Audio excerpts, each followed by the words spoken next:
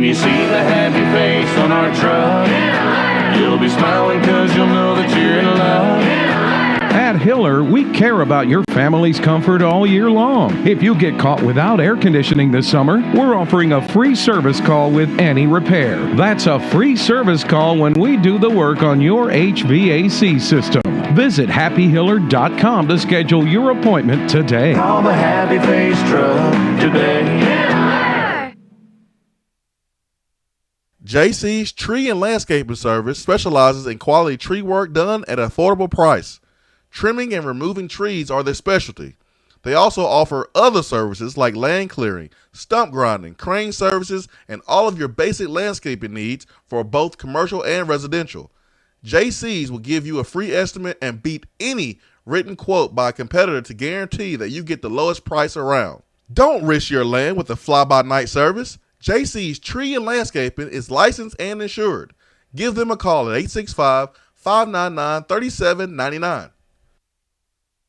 Deep down the middle's got his man, and he's gone. Jason Swain, touchdown. It's time for the Swain event. Guess what time it is? My time. You can check your iPhone. Better say it's our time. With your host, Jason Swain. My man. Real sports talk for the real sports fan. All you chumps are gonna bow when I whoop him. It's time for the Swain event, fueled by Dead End Barbecue. Give me 2 pounds and a Ric Flair.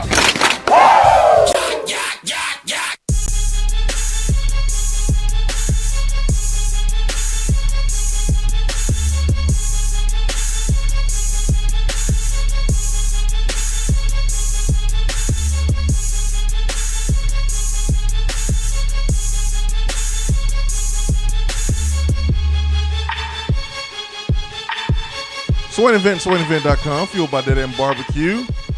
It is Hump Day, May the 27th, 2020, 2 minutes past the top of the hour. We are broadcasting live from beautiful Knoxville. I am located in the Low T Center studio. Jason Swain at Swain Event. Ben McKee at Ben McKee 14 is how you can follow us on Twitter if you choose to do that. We wish you a great morning and hope you have a great day. We really appreciate you spending your time this morning with us to start your day. 865-255-03 is our telephone number. Ben, good morning, my friend. Good morning, Jay Swizzle. Hope you have a happy hump day. You know what, Ben? I appreciate that, man. I feel for you, my friend. I feel for you over the last. Oh, no need to feel for me, my friend. I feel for you, man. You may not get your baseball. It's okay, though. My wife just left for the beach about 5 minutes ago, and she forgot to finish her banana pudding. So you know what I'm having for breakfast this morning? Grandma's banana pudding. So It's all good. I'm good this morning. Wait, so wife left for vacation. Yeah, like 5 minutes ago. And left you. Yes, left me and the dog. It's going to be a fun couple of days. Wait, no, Ben. You're not supposed to. It's all good. She's not listening. It's okay. Ben, you're supposed to pretend like you're sad. I did while she was here. But then she walked out the door. We all know the little rain dance type thing that we do when they walk out the door. Yeah, you're supposed to be like, oh man, I don't know what I'm gonna do. I'm just gonna be so bored and man, don't leave. I don't. Please don't. No, I'm gonna be so sad. And then the moment they walk out the door, hey, party, hey, hey, oh, hey, oh, hey, hey. Let's go. Hey. Sports in my drawers. Sports in my drawers. Sports in my drawers. Sports in my drawers. I'm watching sports in my drawers. Drinking out the milk carton. Sports in my drawers. Drinking out the milk carton. I'm not using a cup. Sports in my drawers. Sports in my drawers. Yeah. So you okay with No baseball, as long as you have sports in your drawers. Well, there's no sports in my drawers if there's no baseball.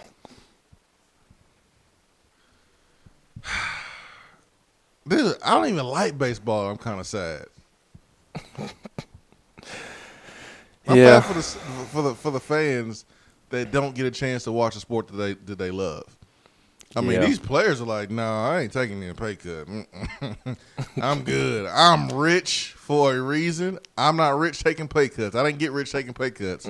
I love baseball, but not that much.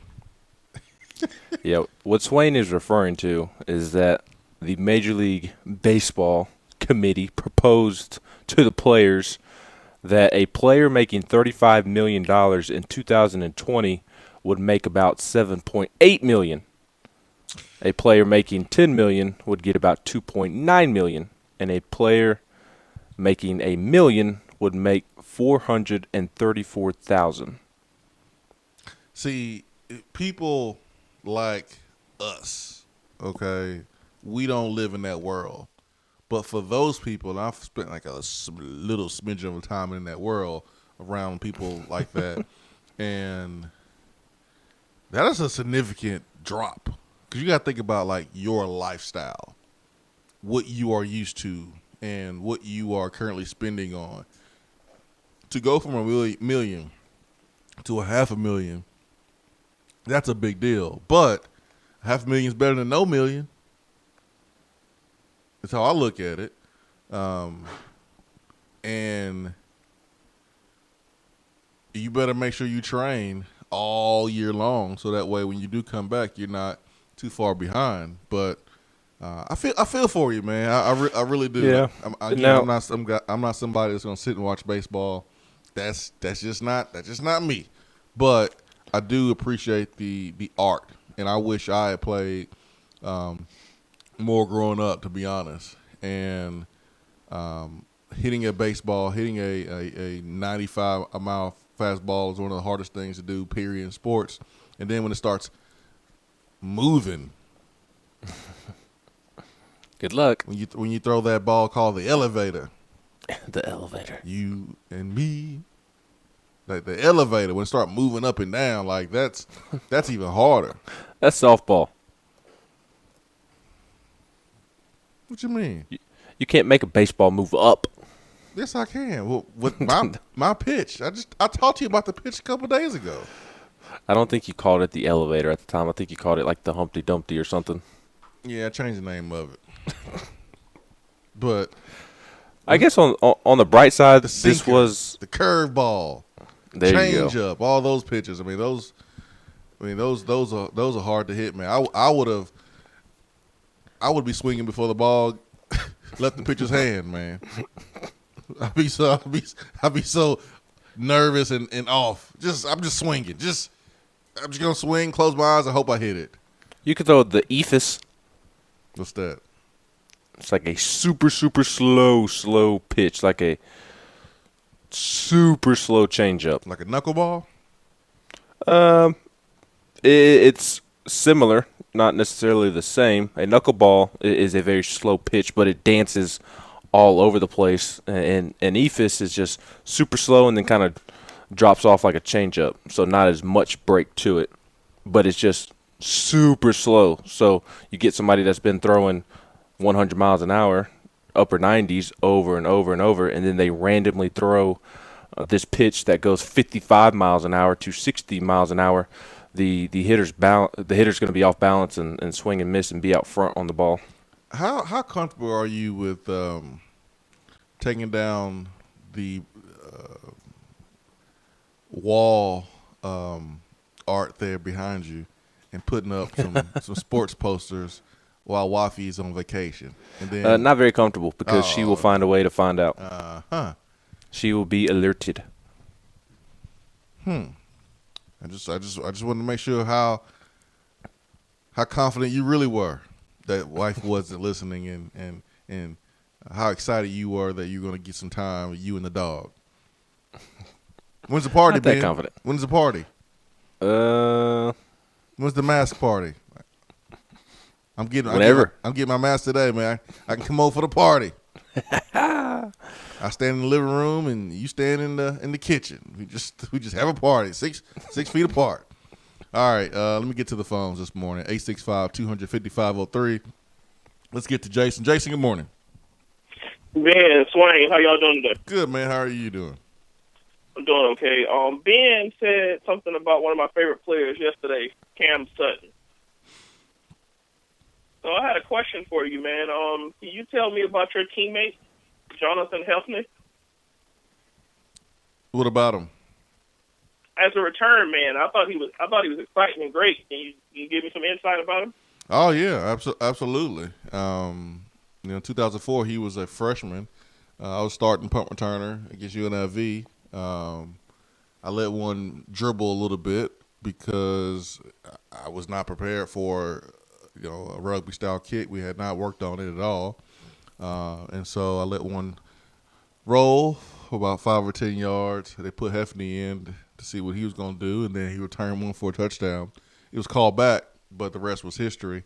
And Hefney actually was supposed to be a part of my class in 2003. Something happened there, and he went to Hargrave Military Academy, came in the 04 class. And Hefney was always a guy that was versatile, could play corner, could play safety, was smaller, but, he really loved Bob Sanders that played for the Indianapolis Colts. That's kind of how he patterned his game after Bob Sanders' game, who was kind of undersized but just was everywhere. Was a hitter, was a playmaker.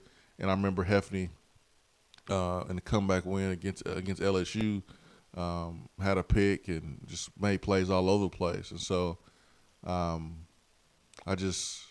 you speak about Hefney, and I asked you, what do you want to know about Hefney? Is because right now he's serving time in prison there in South Carolina for drug trafficking, and I just get so sad thinking about his time there at CFL, and he suffered a Inky Johnson type of injury where he lost feeling in one arm and playing the game that he loved, playing the game fast and furious, and that's kind of how Inky got hurt. Hefney got hurt kind of in the same way, and the financial issues from the surgeries and trying to get money for the surgeries to correct those things. And CFL would not pay for any of that stuff. Hefney obviously didn't do the right thing, but tried to do what he thought was the best thing to try to get money to take care of that stuff, and he's paying the price for that. But Hefney was one of the best teammates I've ever had. I've never seen Hefney upset. I've never seen Hefney have a bad day. He's always smiling. He's always bringing energy to the room. He'll give you the shirt off of his back, even though it's a medium. Nobody wears Hefney's size. He's small. I think he wore like a 5T. But I love Hefney, man, and I didn't know that. Yeah. I had no idea. Yeah, he was sentenced to 11 years a couple months ago, and he's not gonna have to serve all that time. Hopefully, he can get out in 3.5, 4. But yeah, that's what's going on. You can Google it. Wow. Y'all the best in the business, man. That's why I listen, man. Just one more question: him or Cam Sutton?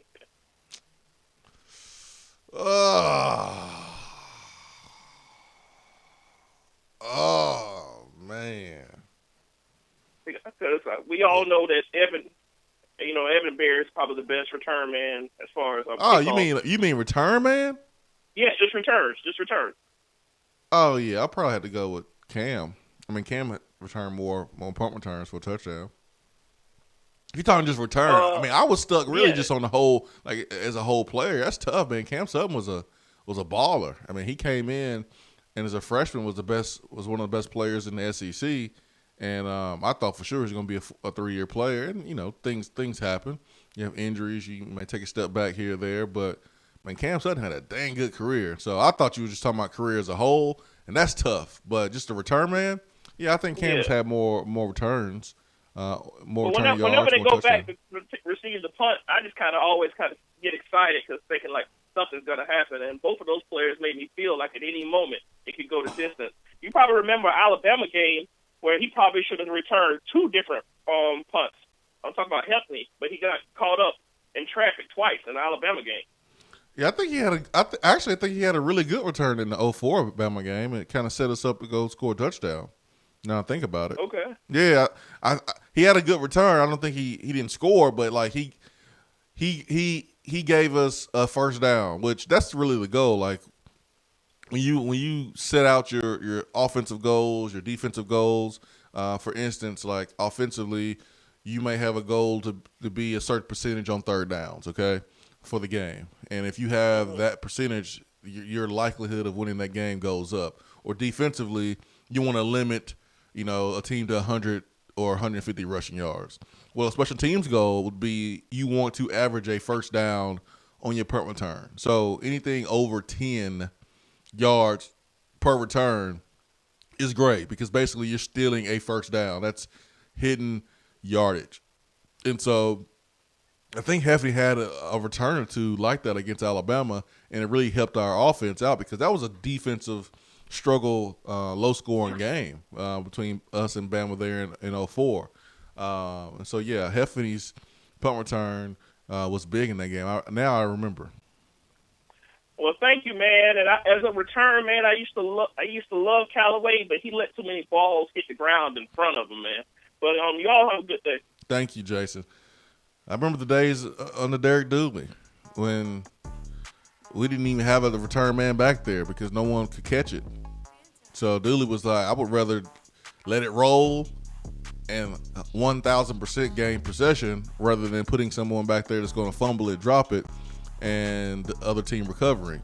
I mean, we used to do that. And then you go from that to Evan Berry and Cam Sutton. I mean, there was a game where we had a punt return and a kickoff return in the same game. And it just seemed like so long ago that we had that. But this team this year has a chance to do that. I mean, you got Willis Jones coming over from USC, who is a serious threat, and the boy has speed for days. Speed for days. We will take our first break of the day here on the Swain event, fueled by Dead End Barbecue. Stay with us. Be right back.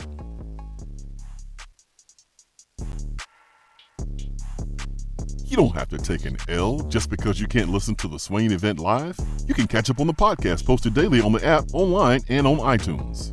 Voted Best Barbecue in City View Magazine and a top 100 barbecue restaurant in the country, Dead End is a no-brainer when you are craving the smoky flavor of quality Q. Dead End makes it easy to enjoy their fantastic menu with online ordering and local delivery with Valet Gourmet. That's right, you can have Dead End brought to you. Can't think of the spread for your next event? Get Dead End to cater it. Check them out online, deadendbbq.com. Dead End Barbecue. The search is over.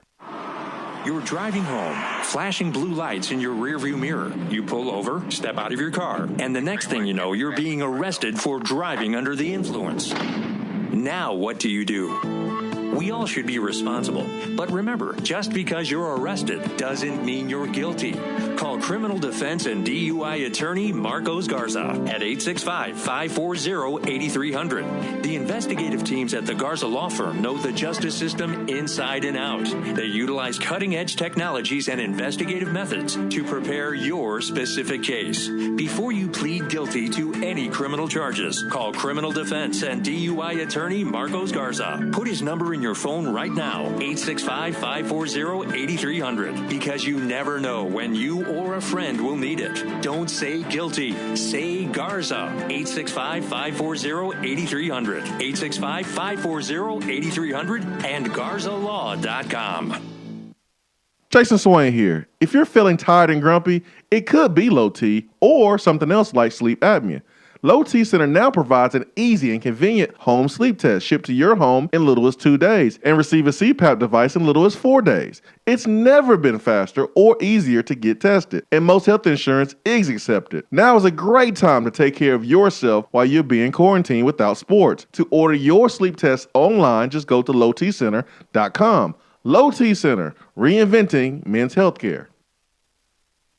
We're here with Dr. Michael Carlson of Tennessee Regenerative Sports Medicine to discuss stem cell treatment and PRP. If you have orthopedic injuries such as shoulder pain, knee pain, Achilles tendonitis, or tennis elbow, you should give them a call. That's right, Jason. We specialize in regenerative non-surgical orthopedics. So we treat damaged tendons, ligaments, and joints by using ultrasound-guided injections with stem cells or PRP. And this form of treatment actually stimulates the body's own reparative process and allows for healing of the damaged tissue. So, Doc, what makes your training different than others? Well, Jason, I've been practicing in Knoxville for 26 years, and I'm certified in interventional regenerative orthopedic medicine through the American Academy of Orthopedic Medicine. So unlike the big seminars that will advertise stem cells, fly someone in for a couple hours to talk about supposed stem cells that you order off of a shelf, then they'll depart, leaving the patient wondering who will be the person injecting me and what their level of training is. At Tennessee Regenerative Sports Medicine, I'm the one doing the procedure, and we're using your own bone marrow stem cells or PRP. So in other words, it comes from you and it goes back to you. So you know exactly what you're getting and know exactly the level of training involved. Tennessee Regenerative Sports Medicine, trsportsmedicine.com. East Tennessee's leader in PRP and stem cell therapy. While the other guys are taking guesses, the Swain event is taking you behind the scenes and in the huddle every morning from 7 till 10 right here.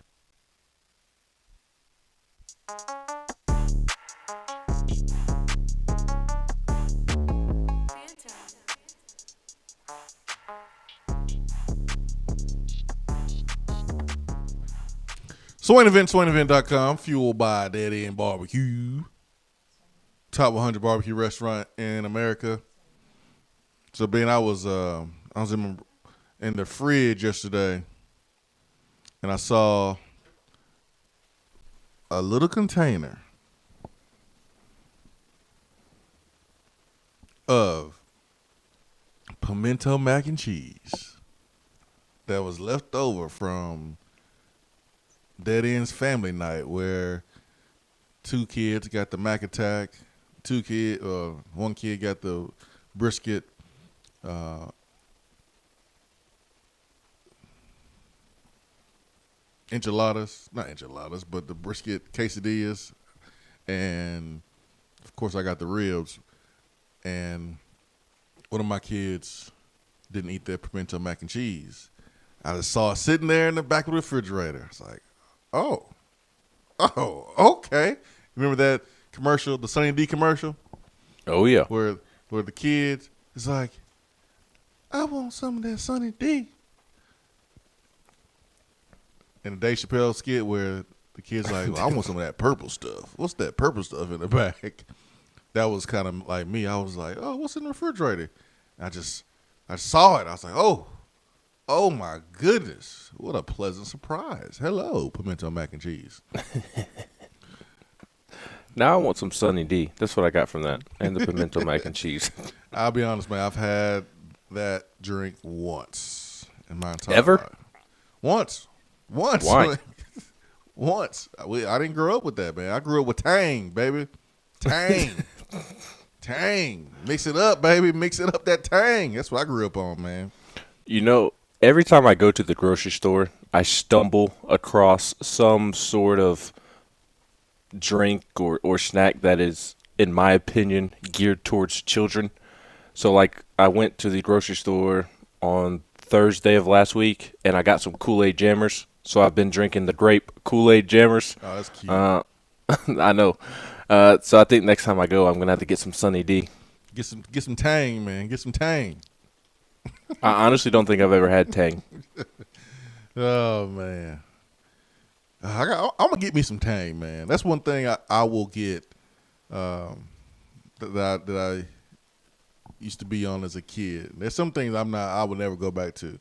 I'm never going to eat Vienna sausages again. Not going to happen. But Tang, I'll sip on some Tang now. I'm going to have to get some next time we go to the store. I might have to put that on the click list.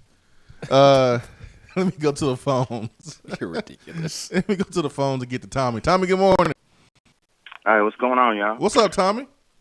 Hey, it's kind of funny that 2005 LSU game came up. I just happened to be clicking around on YouTube, and I watched a good bit of that game last night. And wow! I really got I really got to thinking about it, man. There was a lot going on. I mean, y'all traveled the day of the game. Yep.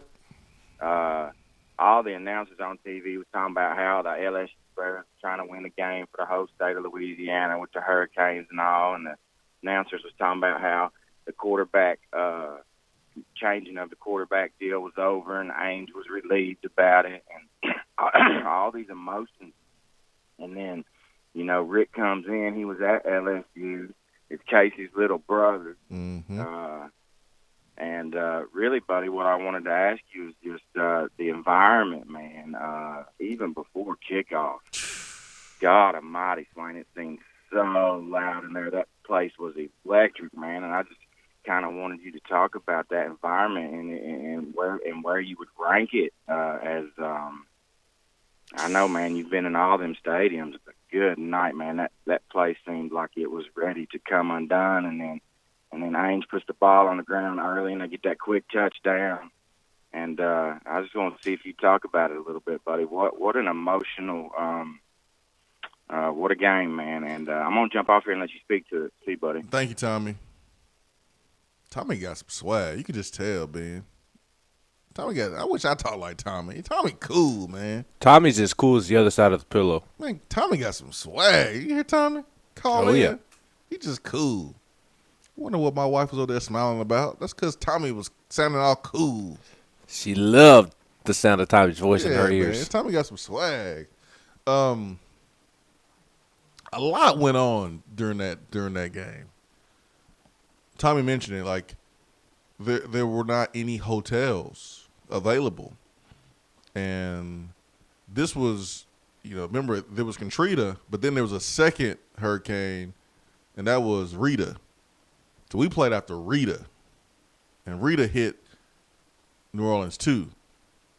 There was not any hotels for us to travel on a Friday, spend the night, and then play the game the next day. That's usually how we do all of our games. Even at home, you stay in the hotel on a Friday, and then you get up and do all your pregame stuff. So we had to fly the day of the game. So just imagine the jet lag, and for me, like I hate the takeoff. Oh, I can't stand the takeoff.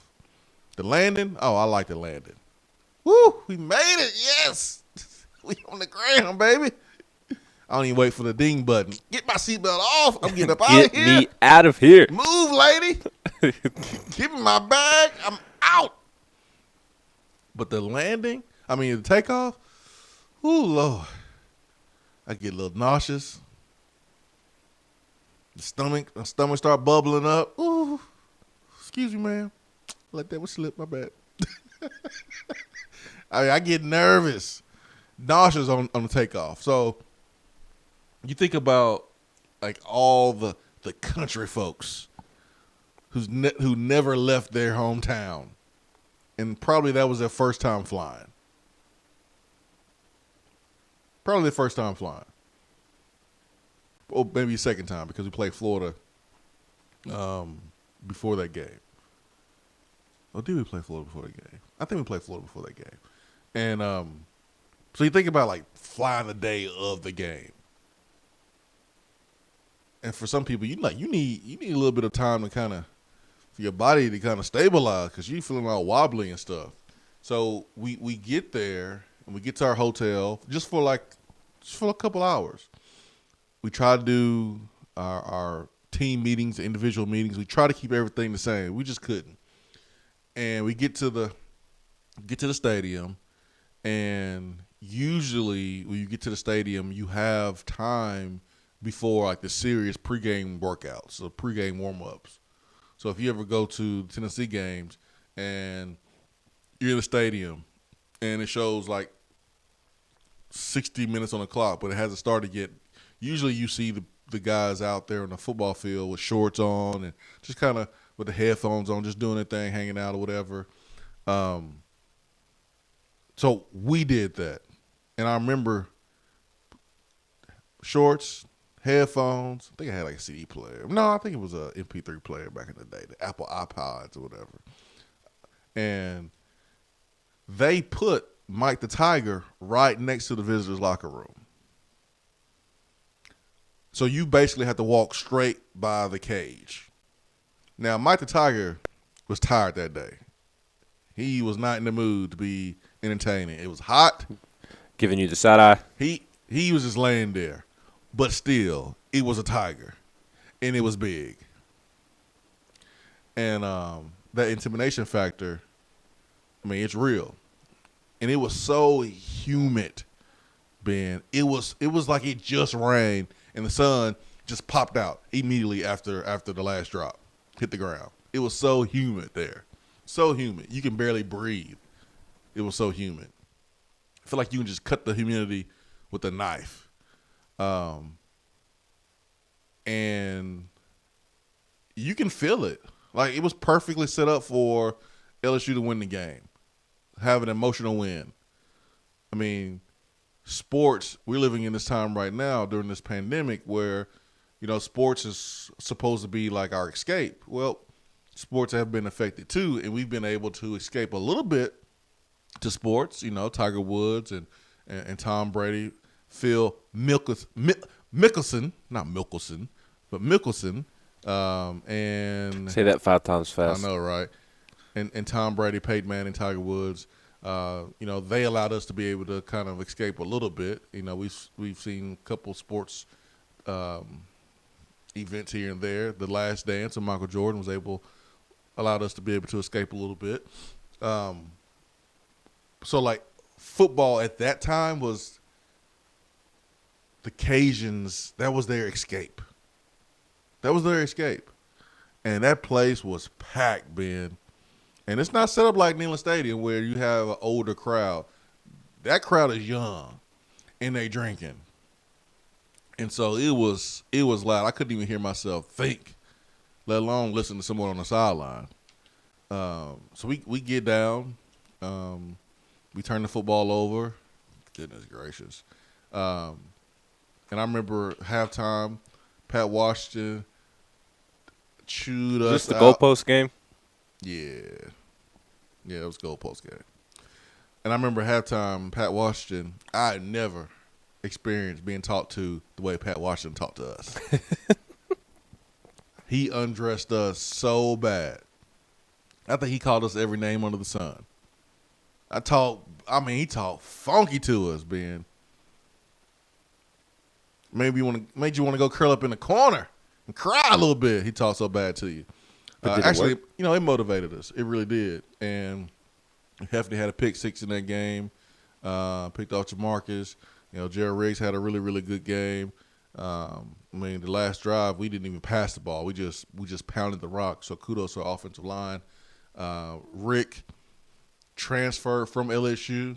Remember, Rick Clausen played high school football with Steve Smith and went to Southern Cal and was a second-round pick of the New York Giants. Like, that was Rick Clausen's receiver. He had a stacked team. But Rick went to LSU. Didn't work out. Transferred to Tennessee. And for Rick to be able to go in and lead Tennessee to a comeback win against his old school, that was like poetic, man. That was awesome. We win the game, and we're leaving on the bus, and all I hear was a crack. I look up, and like the windshield of the bus is cracked because someone had threw like a frozen orange at the windshield. I was like, yep, they mad. We got to go. All that stuff Lil Wayne was talking about in the album about Louisiana, it's true. It's real. We got to get up out of here. And it really did feel like 400 degrees up down there, for sure. Juvenile was right. But that was, man, that game was crazy, man. It was just so many different layers. I mean, everyone was so happy for Rick because, you know, we felt like Rick kind of got screwed out of the job early in the season. So people were happy for him to be able to go in and lead us to a victory. But there were just so many obstacles in that game. And I didn't really feel bad, but I know the announcers and like spectators, you know, it was just a feel-good story for LSU to win that game. But, we won it, man. We won it. Wish the season would have been better, but that was just a really, really great moment in Tennessee sports, man. One of the best comebacks. I think I think the best comeback ever was against Notre Dame there in 91. I think LSU 05 is right there in the top 5. Right there in the top 5, man. The greatest comebacks in Tennessee history. And I was a part of it. I didn't really do much, to be honest. I was blocking a lot. I didn't do that block I did against South Carolina. I didn't dive and miss people on the cut. I was really blocking, though. Seriously. I was really Did blocking. you drive this time? Yeah, I was blocking, man. That was me blocking a lot in that game. That was a heavyweight fight. Just two teams slugging it out, running the football. That was a great memory. Thank you, Tommy, for calling and sharing that you was watching it last night, man. Really appreciate that. Gerald was on another level that game. He was unreal. 865-255-03. We have Around the SEC coming up next. Stay with. For a replay of each day's Swain Event TV, like us on Facebook. If you're coming to Knoxville and need a place to stay, do yourself a favor and book a room at Hampton Inn Paper Mill, also known as the Hampton on the Hill. This award-winning property is literally in the top 5% of all Hampton Inn properties. The GM, Stephen Lawrence, is a good old local boy who grew up in the business around Knoxville. He and his staff are always available, always willing to help, and will go above and beyond for their guests. The newest Hampton Inn in Knoxville has clean, affordable rooms, flat screens, fridges, and microwaves in every room. Plus, breakfast is included in every rate. Not to mention, there's also a pool and fitness center on site. If it wasn't so close to amazing restaurants, bars, and shopping, you would never want to leave. At only 6 miles from campus, you're still right in where the big orange action is. Go to HamptonInn.com, search Knoxville, and book your room at the Hampton Inn Paper Mill or call 865-693-5400. With smartphones being such an integral part of our daily lives, it is truly an inconvenience when it doesn't work properly. It disrupts the normalcy of our day. When you go into the cell phone store to have it repaired, they just try to upsell you on a new phone. That's why the owner of iDrop, T. Kell, left those places and opened iDrop. His goal is a happy customer. T. Kell and the team will listen to what you have going on and work to solve the problem of your broken device in a way that best suits your needs, instead of trying to upsell you on something that you just don't need. They don't just repair phones, they can service your laptop or PC as well as your Mac. Windows 7 support is over, but iDrop can help you transition to Windows 10. They have a 5-star rating on with hundreds of positive. Say that again. I don't understand how big this is. They have a 5-star rating on Google. Their server is really support. So if you ever find your device performing as it should, give iDrop 940 or check Facebook at Knoxville. If they can.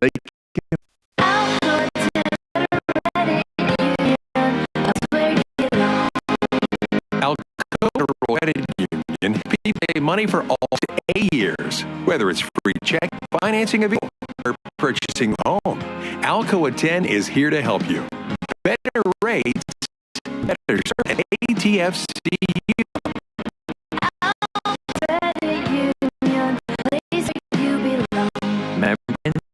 CUA.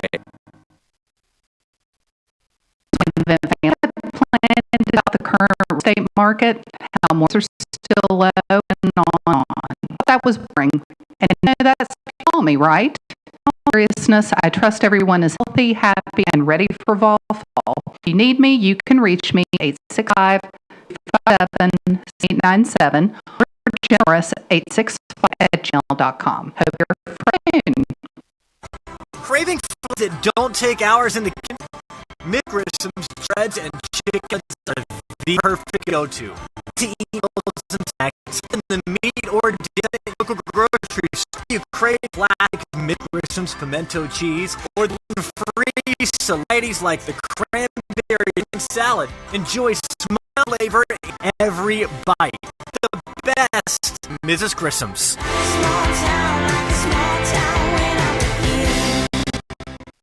I'm the wide receiver, VFL 1991, and you're listening to the Swain.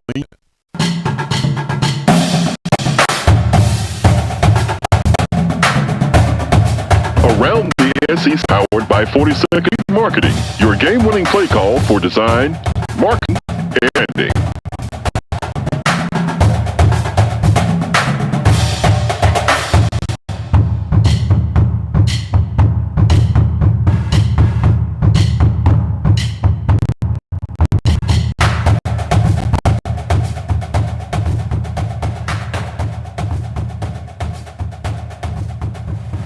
All right, it's time for Around the SEC this morning. Had to wait on Ben to get that sneeze out and dab on him. Good dab, Ben. Great sneeze discipline there. Really appreciate that. Thank you. I appreciate it. Let's get to Around the SEC this morning, brought to you by 42nd Street, 42sd.com. Ben, what you got? No better tradition than my allergies bothering me for the first hour of the show during the course of April, May, June, and into July. I'm going back to, I believe it was last Thursday after the show. We did not do Around the SEC on Friday because we had Seth Stokes on. But Thursday, I believe it was, after we got off the air at 11:21 a.m., Vanderbilt announced that Candace Lee, a former student athlete and three-time Vanderbilt graduate, has been named Vice Chancellor for Athletics and University Affairs and Athletic Director at Vanderbilt after serving in the role on an interim basis. So, as I just read from Vandy's tweet, she was serving as an interim, and now she is the full-time Athletic Director. And how about this, Swaino, from our guy Carl Prather there in Huntsville? Candace Lee is a North Alabama native, a Bob Jones graduate of 1995, and she is the first female and first African-American woman athletic director in SEC history, and she is one of 5 women currently leading a Power 5 program. Yeah, that's why I hit the the round of applause hotkey there because of what you just said, man. First black female athletic director in the SEC. This is amazing. I don't care if it's Vanderbilt. I don't care if it's Alabama. I don't care what school it is in the SEC. I understand the competition inside the conference, but this is bigger than competition. This is amazing. And I didn't know she was a North Alabama native. I didn't know she went to Bob Jones. I did not either. Home of Jordan Howell, former Tennessee guard for Bruce Pearl, and a little bit of buzz too. But man, that's pretty cool. But I saw this last week. I meant to put it on Attaboy or Attagirl, didn't. But this is big news for them. And I saw what Derek Mason had to say. That's really good. I really wish that she's successful, because at the end of the day, I feel for those student athletes that are not a priority like they should be, because I know they work just as hard as our athletes at Tennessee or Alabama's athletes or Ole Miss's athletes, and they just don't get the support from their own. And that's terrible, man. It's one thing to not get the support from like outsiders and people that don't know you. It's another thing to not get the support from your own administration. That's terrible. And so I really wish that, with her leading the charge, that they can improve their athletics and those student athletes can get the support they deserve. Definitely agree with you. I'm going to head on down to Starkville now. Mike Leach has continued to have an interesting offseason. He landed grad transfer KJ Costello from Stanford. KJ Costello was terrific at Stanford. Played in 29 games, 6,000 yards, 49 touchdowns, 18 interceptions. Dealt with some injuries there at the end of his career, but the last couple of weeks have not been kind to Mike Leach at Mississippi State. Jerrion Jones, who was projected to be a starting corner for Mississippi State, decided to transfer. And not only did he transfer, Swain, he transferred to Ole Miss. And remember the young man, Fabian Lovett, the defensive tackle, who entered his name in the transfer portal after Mike Leach had his tweet? Yeah. He originally committed to Florida State, that he was going to transfer to Florida State, but it's trending for him to actually decommit his transfer commitment from Florida State and transfer to Ole Miss. So Mike Leach, over the last month, has lost 2 potential defensive starters, not only to the transfer portal, but to Ole Miss. Ooh, boy. All those. Isn't that interesting? Yeah, all those nice tweets Lane Kiffin was sending Mike Leach, and then he took some of Mike Leach players. I wonder how long the Love Fest is going to last there in Mississippi. Not very long. I did want to, this isn't necessarily SEC news, but did want to mention this. The Manning Passing Academy, which was scheduled for its 25th year this summer, has been canceled due to everything going on with the coronavirus. And this is the first time since the Manning Passing Academy started in 1996 that the annual camp will not take place. The camp, which Archie Manning hosts along with his sons Cooper, Peyton, and Eli at Nicholls State University, draws over 1,000 football players in grades 8 through 12 from all over the country. The camp also draws many of the nation's top collegiate quarterbacks who serve as counselors. This year's camp was scheduled for June 25th through June 28th. So the Manning Passing Academy, something that we at least have a day's worth of conversation each and every offseason, it feels like, Swain, will not be taking place this offseason. I want you to be a good friend here, Ben. Can you do that? Yeah. I need you to tell me the truth. Don't tell me what I want to hear. But I ain't really that bothered. I'm not either. Here's why. I don't want Peyton Manning helping other quarterbacks. Oh, that sounded bad. But it's how I feel. It's how I feel right now as a Tennessee fan. I have sat back and watched the hate from other schools. Another one from Georgia, even though I kind of understand why Georgia did that. But I've sat back and I've watched all the hate. And it's Tennessee against the world. Tennessee versus everybody. I don't want Peyton Manning helping anybody unless it's a Tennessee Volunteer. That's how I feel right now. So, okay, cool, whatever. Cool. I'm okay with the passing camp being canceled. The only thing that stinks is that the high school kids do not get that instruction, because that's really what it's all about. It's about those high school kids that travel, and then the college counselors work with those college quarterbacks that serve as counselors, help those high school kids. They're not really there to train, but they do get some pointers here and there from Peyton. One little nugget may be the thing that takes your game to the next level. They won't get that nugget, and I'm happy. But what if JG or Harrison Bailey or Brian Maurer or JT Stroud don't get that nugget? That's what they get. That's what they make Zoom for. Get on the Zoom call. I know. Do that. Peyton always hit up Knoxville. What year was it that there was the controversy, if you want to call it that, with the Manning Passing Academy and Tennessee's quarterbacks? Oh, that was what, 17 when Dormany and JG was competing for the starting job, and neither one of them got invited or something. No, along those lines? neither one of them went. Yeah, I don't think either one of them went. It was what a mess. Let me get to the phones. Let me bring in Turkey Man in here. Turkey Man, good morning.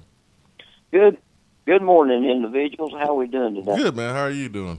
I'm doing good.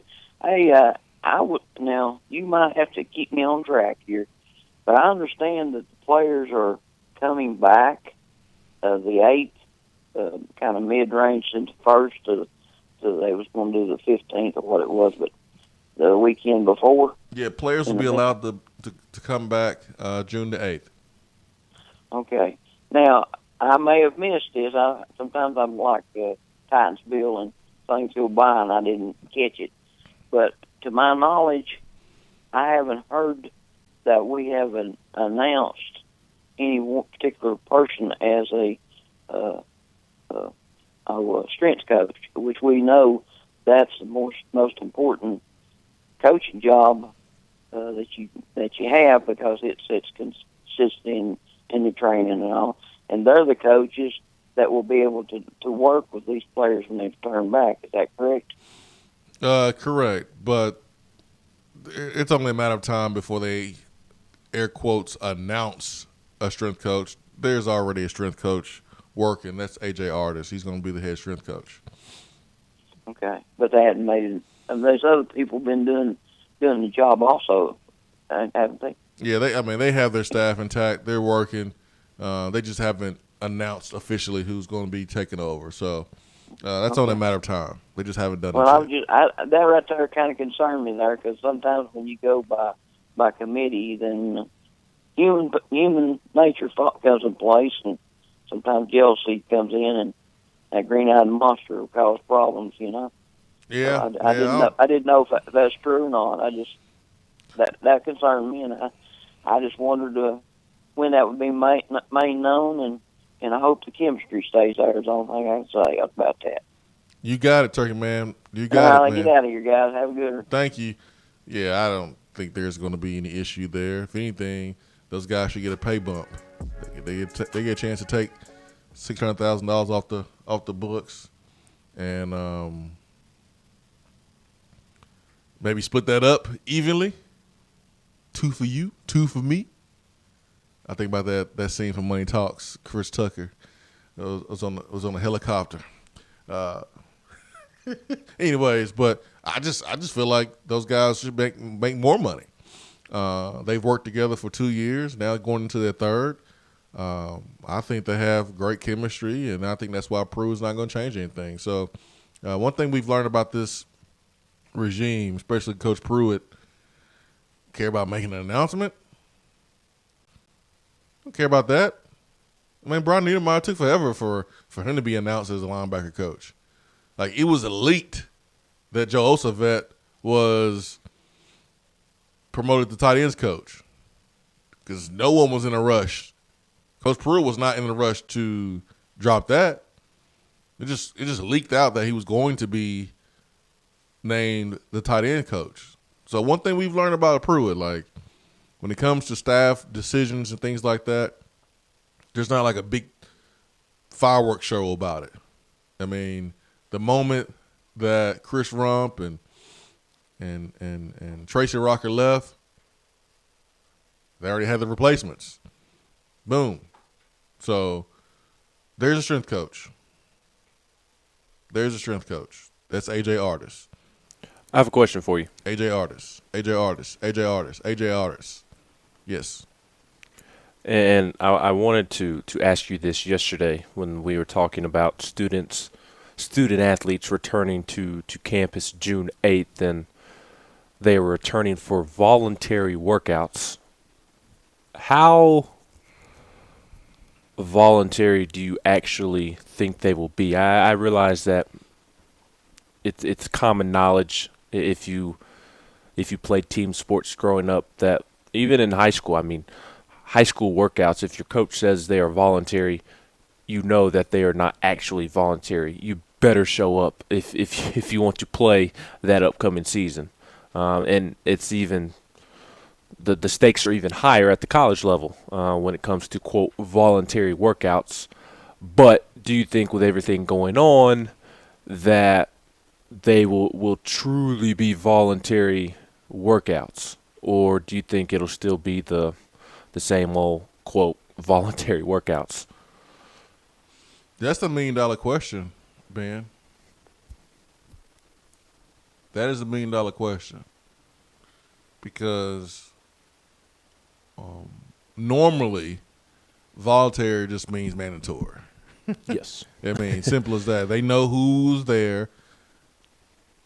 And the way that Tennessee's indoor facility is kind of constructed, and it was like this even before the changes, the assistant coaches' offices, like you can see the complex, you can see the field. So you know who's out there. You get a report from the strength coaches on who was absent, who was there. And if you're not working out, you will get a phone call. If you miss workouts, you will get a phone call.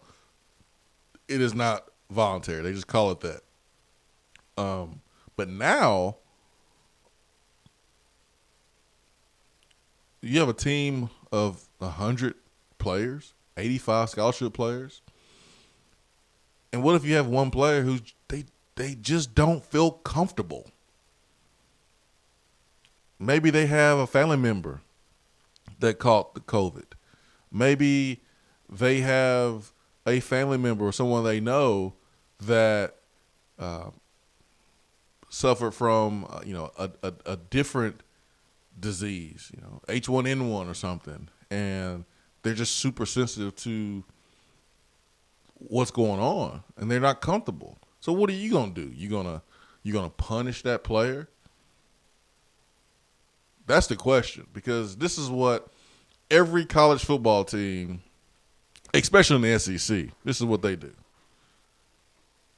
We family.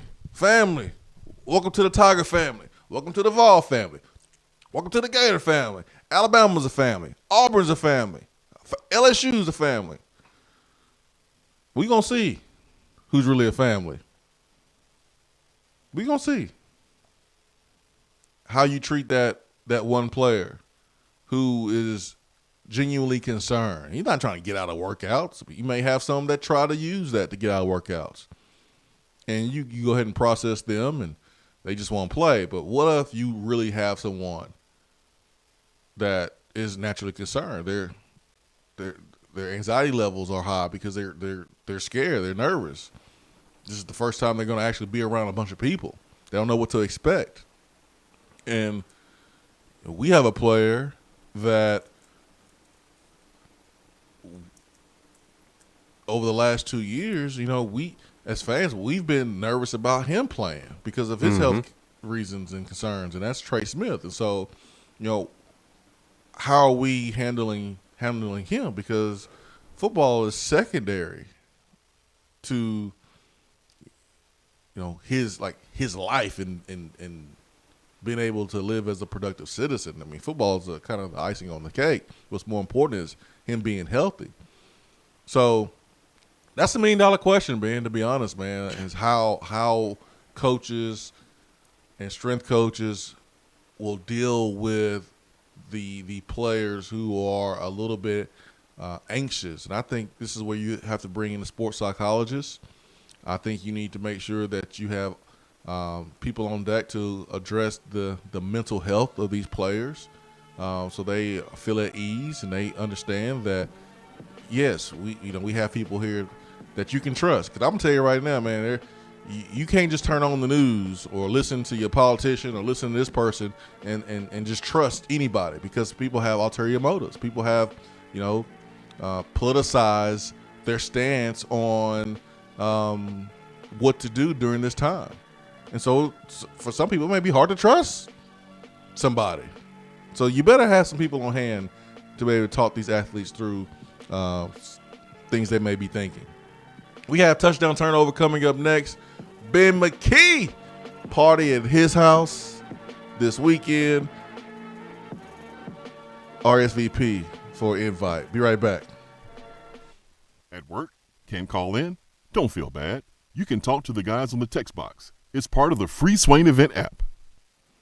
When I made the move to my own studio, I was worried about this. I was worried about that.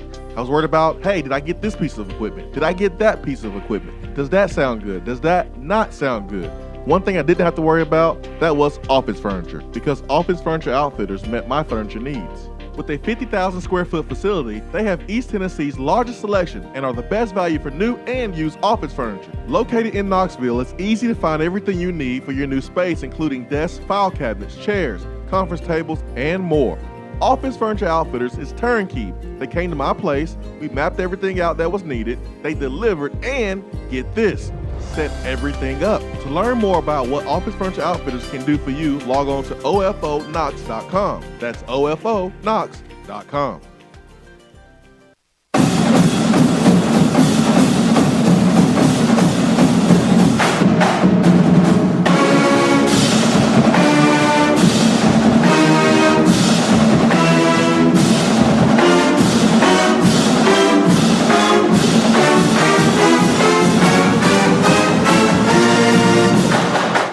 Touchdown or turnover is up next on the Swain event.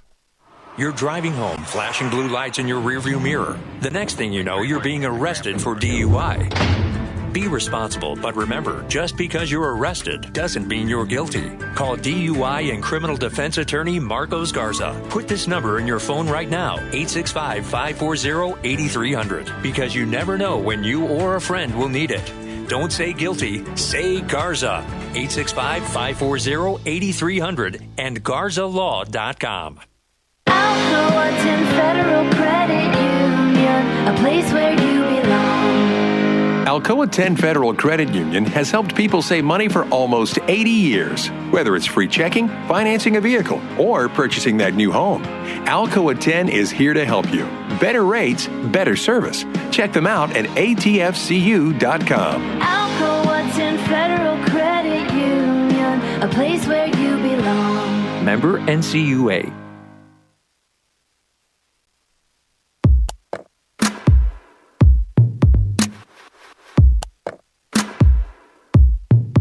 Touchdown or turnover is backed by Alcoa 10 Federal Credit Union, a place where you belong.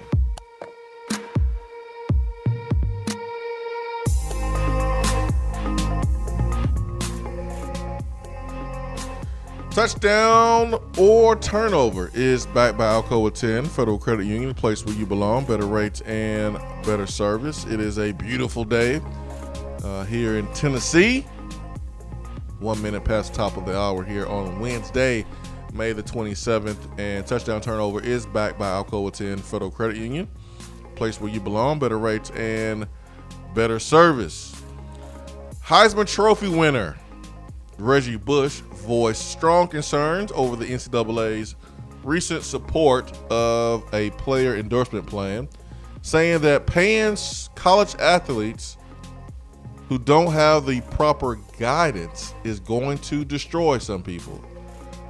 Bush, whose outstanding career at USC was marred by his eventual forfeit of the 2005 Heisman Trophy, touched on the subject of paying college athletes during a recent interview with Playboy. After his comments gained attention online, Bush tweeted Monday that this is not what I said, nor the context I said it. Quote, guidance is the one thing that young athletes coming through the college system miss on so much. I missed on it. They're about to start paying college athletes. This is something that has never been experienced before, and it's going to destroy some people if their foundation is not in place. Touchdown or turnover. You agree with Reggie Bush that paying college athletes will destroy some people. When he said who are the people in this situation? I think he's talking about players. He's maybe talking about families around the players. I mean, he really wasn't too specific about exactly who will be destroyed, but I'm assuming that he's talking about the players and the people around the players. I mean, I guess I say touchdown just because there are recruits and college players who aren't afforded the luxury of being in a great family dynamic. And what I mean by that is there are college football players that will be taken advantage of by family members, whether that be their own father or mother, whether that be a step-parent, whether that be an uncle, a grandparent, a guardian in general. So I do agree with him, but I don't think that should deter the NCAA from allowing college athletes to profit off their name, image, and likeness. No, it shouldn't. So, touchdown, I agree with him, but like I just said, it shouldn't deter the NCAA. Bush also said that the one thing I wish I had early in my career is proper financial knowledge. I hired good agents, I hired a good team, but I allowed that good team to make decisions for me. I'm not saying that I'm going bankrupt, but if I had the proper knowledge back then, some things would be different. people just assume, well, you got all this money, so you're good. It's actually the opposite. The more money you have, the more danger you're in, because now you're a freaking open target for a lot of people. It's a nasty world out there, and it's about to get nastier. You're going to really start to see the true colors of a lot of people and a lot of businesses too. You're going to see people doing some crazy stuff to make money because our market is crashing. I 100% agree with Reggie Bush. And I saw when these comments posted online, and you know how people are, they're lazy. They don't click on the link and read the whole entire story. They formulated an opinion from a sentence. And so people are, oh, you talking about Reggie? Read what the entire interview. Read the entire article. And Reggie's right. If anyone knows about getting paid, it's Reggie Bush. He was getting paid before it was illegal. His folks had a house.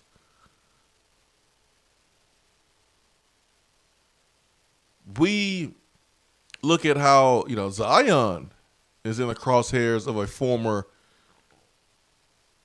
financial advisor who's kind of turning over on him and telling on him. The same person did the same thing to Reggie Bush. Not the same person, but the same thing happened to Reggie Bush. That's why USC got in trouble. Reggie Bush was getting benefits from a person that was trying to secure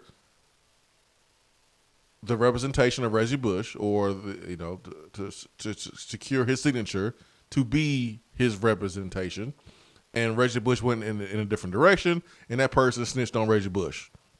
And that's how USC got in trouble. And that's how Reggie Bush got his Heisman taken away from him. So he understands this. He knows this. Like, I've seen quote-unquote friends vanish the moment I stopped playing. Like, I was thinking about this show the other day. I remember, like, the moment I decided to hang it up. Like, I had someone that wasn't, like, super, super tight. But, man, he sure was around when it was time to get to the NFL. And he was so upset that I walked away from football. It's like, what? It's not your career. It's not your body. Who are you talking about? Well, and what's sad and pathetic about that is, and I believe you said this on air, Swain, but you walked away because, I mean, part of it was you didn't want to have to pop pills every week in order to play. No, I didn't want that. So, exactly. And if that person was a real friend, and what's pathetic about him being upset with you in that situation is that really he should be happy and proud of you for realizing that you don't need to put your body through that in order to play in the first place. One family member was happy I quit playing football, and that was my great uncle who raised me. That says it all right there. Like, he was happy I was done playing football. He was happy. Only one. And, man, there's a lot of people that was around, and I wasn't a top 5 pick like Reggie Bush. So, yes, you better have some people in place that can financially educate these young men if they're going to be receiving more money, because go look at maybe some of the biggest causes for, like, depression. Probably has to do with finances. And if a young man gets some money and then loses it in the snap of a finger and then can't get any more, you don't think he's going to be mentally affected a little bit? You don't think that's going to affect maybe how he plays or how he approaches practice and his preparation? Absolutely. So I agree 100% with Reggie Bush. I think it will destroy some people.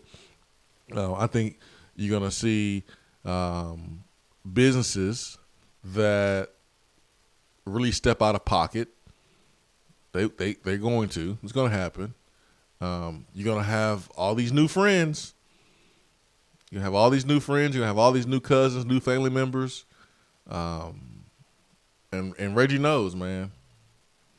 The more money you have, the more problems you will see.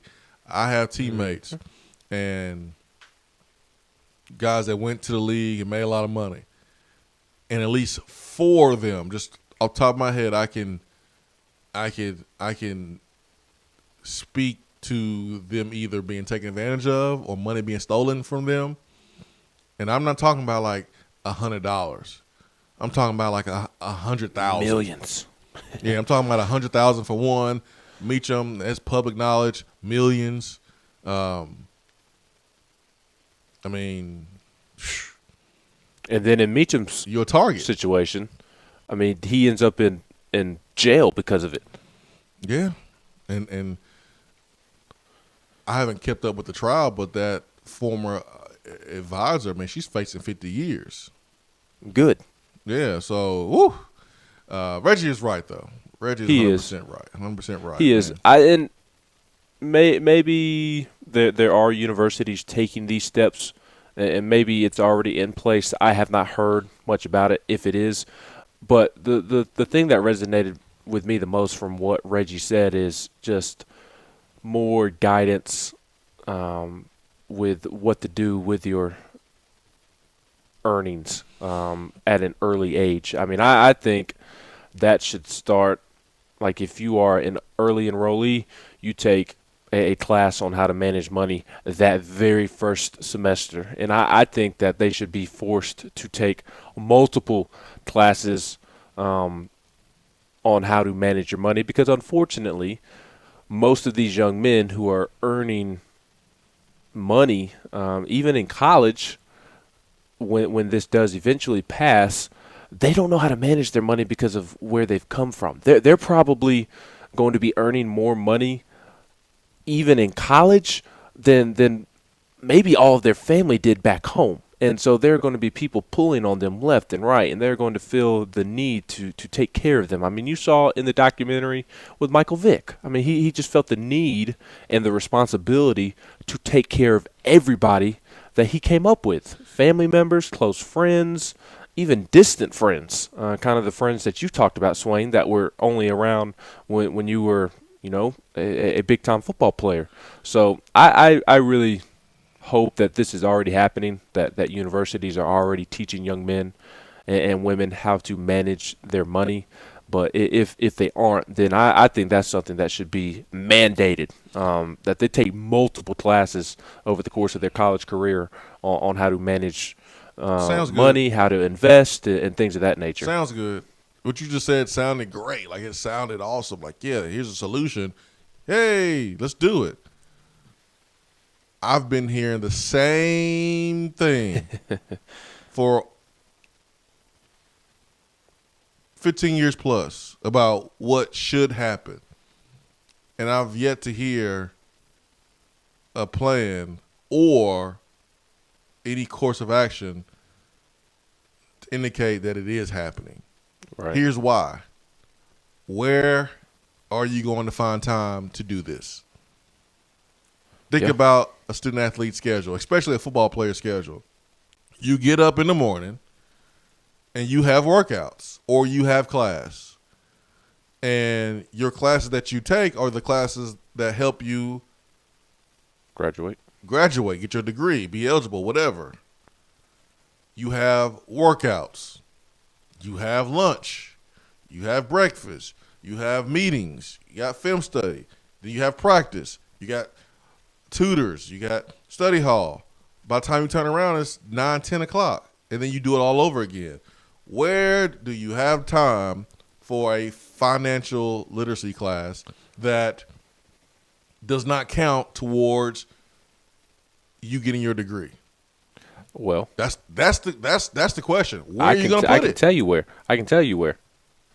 What class was it that you took that was something along the lines of like tennis or golf or one of those stupid classes? I took a bunch of stupid classes. I took bowling. There's one right there. There's a spot. Yeah, bowling.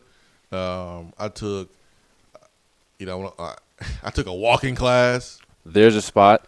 The hardest class ever. I was like, oh man, I'm a student athlete, man. I'm gonna take this easy walking class. I remember me and John Poe was in this class, we're going to take this easy walking class. And it was during the spring, too. And they were like, yeah, we're going to. I don't know why we thought it was just going to be easy. So one day we walked from like the ag campus all the way up to the hill. And then that was on the day that we had practice later on that afternoon. Oof. I was like, yo, is it too late to drop this class? What? This is not the walking I thought we were going to do.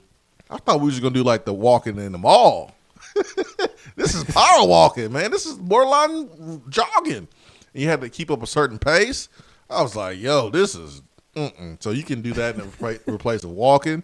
I think I took a tennis class where I like Barry Bonds a tennis ball and hit a windshield that was driving along Volunteer Boulevard. I think that's the name of the street. No, Andy Hope. Yeah. A car was driving down Andy Hope, and I mean, I buried Bonds a tennis ball. I didn't care about getting the ball inbounds. I just wanted to hit it as far as I could. Boom! Knocked it to the cove, man, and the ball hit a car. I thought that was awesome. But that is awesome. Get rid of that class. I mean, I agree with you, Ben. Get rid of these silly. You can get rid of those silly classes. Ballroom dancing that Matt Larner took, his last year in school. Yeah. Get rid of those classes and make them take a class that will be advantageous for them in terms of being able to manage their income. But here's the thing, Ben. That class has to be available for all students. You can't just make the class just for student athletes. Yeah, you're right. But they can surely there's a class in the catalog of something similar to that. It has to be available for all students, though, if you're going to do it. Wifey just brought up a really good point. It could be like a weekend workshop. And I think the perfect time to do it will be during the spring because on the weekends you have time. So, like, you might have a scrimmage on a Saturday. I guess you can do it after the scrimmage, but guys going to be dog tired. Or you can do it on a Sunday, but you can find some time on the weekend during the spring. But all I hear is, oh, this is what they need to do, but no one's done it. Yeah, which is weird because if I am a recruit and a university is speaking to me about, hey, we offer this course or workshop, or we have these people come in for the weekend and speak to you about how to manage your money so that we can prepare you to be able to manage your money when you make it to the NFL. That is something that would absolutely attract me to a university because that is truly, to me, a university showing that they do care about you long term and not just the 3 or 4 years in which you'll be playing at that university. No, it's not about how much money you make. It's about how much you keep. And so, like, we can put all these graphics up about these first-round picks making money, but it doesn't help the university at all when 4 or 5 years after that, there's an article about how the player went bankrupt. That poorly reflects the school because the school, you didn't prepare your player. All you did was use him to win football games. You didn't prepare him for life. So I think you're right, man. I think you're right. 865-255-03. Hour 2 is brought to you by Alumni Hall. Be right back.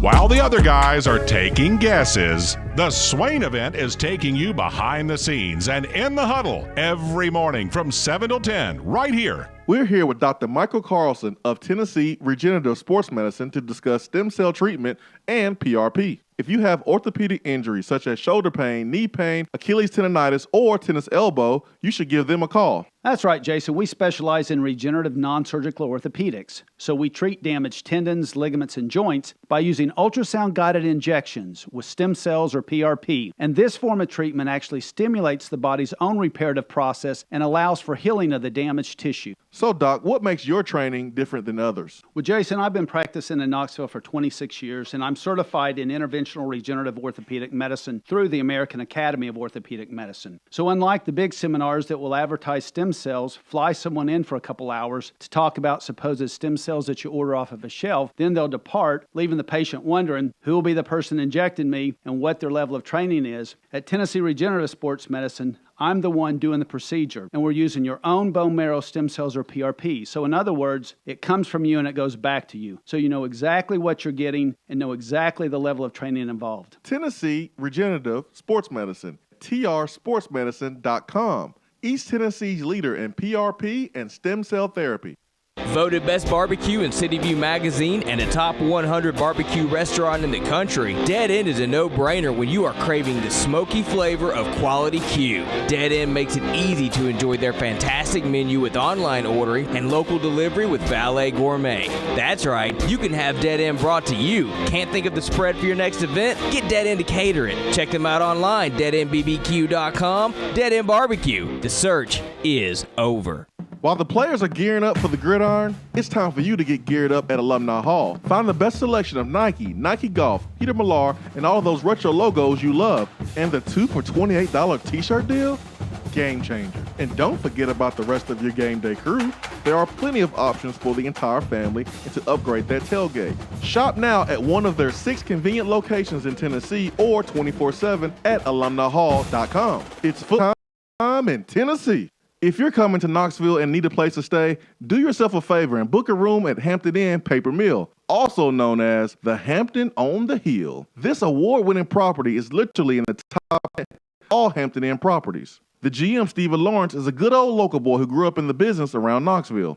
He and his staff are always available, always willing to help, and will go above and beyond for their guests. The newest Hampton Inn in Knoxville has clean, affordable rooms, flat screens, fridges, and microwaves in every room. Plus, breakfast is included in every rate. Not to mention, there's also a pool and fitness center on site. If it wasn't so close to amazing restaurants, bars, and shopping, you would never want to leave. At only 6 miles from campus, you're still right in where the big orange action is. Go to hamptoninn.com, search Knoxville, and book your room at the Hampton Inn Paper Mill, or call 865-693-5400. I just wanted to come by and congratulate you on the great work you've been doing. I like your style. You remind me of a young me. Failure is not an option. That boy is good. Hope, remind yourself, nobody built like you. You design yourself. Attaboy.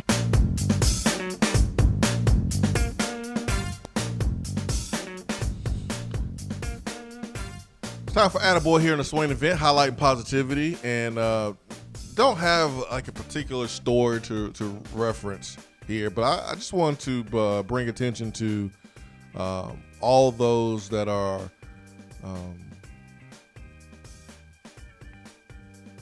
going out of their way to make high school graduates feel special during this time because of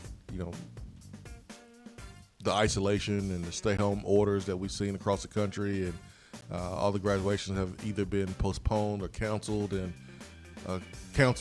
so when I think about like that special time, I mean, you go through elementary school, which is kindergarten through 5th grade, and you got 6th, 7th, 8th grade, middle school in most cases, and then you have 4 years of high school, and then you graduate high school, and that's a big accomplishment. And so most of the times you have your family there, you have a nice shindig at the house and food, and you get all these graduation presents, and you're hanging out with your friends and all that stuff. You get a chance to party, and you don't do that.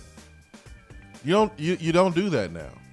And I thought it was really cool, either from Scott Van Pelt there at ESPN, when this first started and March Madness was canceled and a lot of the high school tournaments and basketball was canceled around the country, and Scott Van Pelt did a really great job of highlighting those teams and those players, and then it just trickled down from there. And we've seen it even at a local level with our local news highlighting some of our graduates here in Knoxville. I've seen some schools go to the homes of the high school graduates and put signs in the front yards of graduates just to make them feel good. I just wanted to kind of bring some attention to that. So that's really my attaboy, attagirl today. is making the graduates feel special during this time. So that's mine. I like it. I do want to give Chad Johnson, formerly known as Chad Ochocinco, an attaboy this morning because he left a $1,000 tip for his waiter after dining at a restaurant in Florida that recently reopened amid the coronavirus pandemic. And this is something that we have given Chad Johnson an attaboy for in the past. He has been very giving in these type of situations in the past, but thought this was another cool way for him to give back and help somebody that I'm sure could use $1,000. But Chad Johnson wrote on his $37 tab on at a Cuban cuisine, or he had a Cuban cuisine. He wrote, "Congrats on reopening. Sorry about the pandemic. Hope this helps. I love you." Yeah, man. And then he wrote Proverbs 11:25 on it. So thought this was a very cool thing to do from Chad Johnson. And this is not his first time doing that. He actually always does things like this. He's been doing it for years. Mm-hmm. So this is another example of Chad Johnson, man. He always tries to spread some joy. He got a bad rap as a player for being a diva, being a disruption, but man, he's a good dude at the end of the day. Made a mistake here or there at the end of his career, but man, he's a good dude, and so this is not the first time he's done this. So I'm looking at Rivals ranking of the best uniforms in the SEC. And speaking of Rivals, we'll be joined by Austin Price today at 9:15. Superstar. I'm looking at this ranking from Mike Farrell tweeted out, and what the uniform rankings?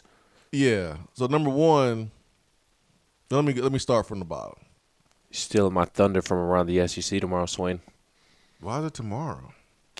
Because we ran out of time to get to it today. I'm sorry, I brought it up. Sorry. No, it's okay. I I actually really wanted to talk about this because I think you are going to share the same opinion that I'm going to. Well, I mean, so 14 is Arkansas, 13 is Mississippi State, 12 is South Carolina, 11 is Kentucky, 10 is Texas A&M, 9 is Auburn, 8 Ole Miss, 7 Vanderbilt. I miss doing that. 6 Mizzou, 5 Alabama, 4 Gators, 3 your Tennessee Volunteers, 2 Georgia, number 1 LSU. My question is, all of them are basic. What makes one better than the other? Exactly. And here's my thing. They all it's not like they're Oregon or anything. Exactly. Here's my thing. Number 14 is Arkansas. And the comment from Mike Farrell, it was Mike Farrell, or it was Woody Womack, and somebody else. Not familiar with this person. His last name is Gorney. But 3 guys ranked them from 1 to 14, whatever. And Mike Farrell's comment on Arkansas's uniform, who they ranked Arkansas last, says, "I like the traditional uniforms and helmet. Sometimes it would be nice to mix things up a bit. The Cardinal on Cardinal gets boring." So he says that and ranks them last, yet he has Alabama, who has the boring, basic, blah uniforms. They're the same colors as Arkansas, but he has Alabama 5th. Alabama at home in the red jersey is great, but on the road, and it's all whites with the red helmet and number on it, is so classic. Arkansas wears the same road uniforms with the all white. The only difference is it has a Razorback on the side of the helmet and not the number for the Alabama player. Like, look at the difference between Georgia's and Tennessee's jersey in this particular graphic. They're both Nike jerseys, so like. It's using Tennessee's away jersey where the collar is orange. Georgia's look the exact same, but they just have a red jersey and the collar is black. What's so different about them besides the colors? Like, so if you like the colors more, I guess that means you like a uniform more than the other, but there's nothing special about the Gators uniform. I mean, it's blue with, orange and white stripes on the sleeve. And then Alabama, there's literally nothing special about Alabama's jersey. No, It's just nothing. one plain color, and the numbers are white. That's it. Yep. I mean, Alabama's is the most boring jersey. Actually, I think Texas A&M's jerseys are more boring than Alabama's because I don't like that. I hate the color red. I really don't like Texas A&M's colors. Well, at least they got a stripe down the shoulder. That's true. They even have two stripes. Yeah, I mean, like Ole Miss, they have, two stripes that go over the shoulder from the front of the shoulder to the back of the shoulder. But other than that, the jersey's just red. And what makes a uniform better than another besides the color? Like if you like the color, then yeah, I think you would like the uniform. Like, the color orange. It stands out. Like when you look at this list, Arkansas, Mississippi State, South Carolina, Ole Miss, Alabama, Georgia, they all some form of red. No one really stands out. It's not. It's everybody's red or blue for the most part in the SEC. And how would you rank SEC jerseys outside of Tennessee? Obviously, Tennessee is number one for us. But I like LSU's uniform. My favorite non-Tennessee SEC uniform is Ole Miss's baby blue that they wear.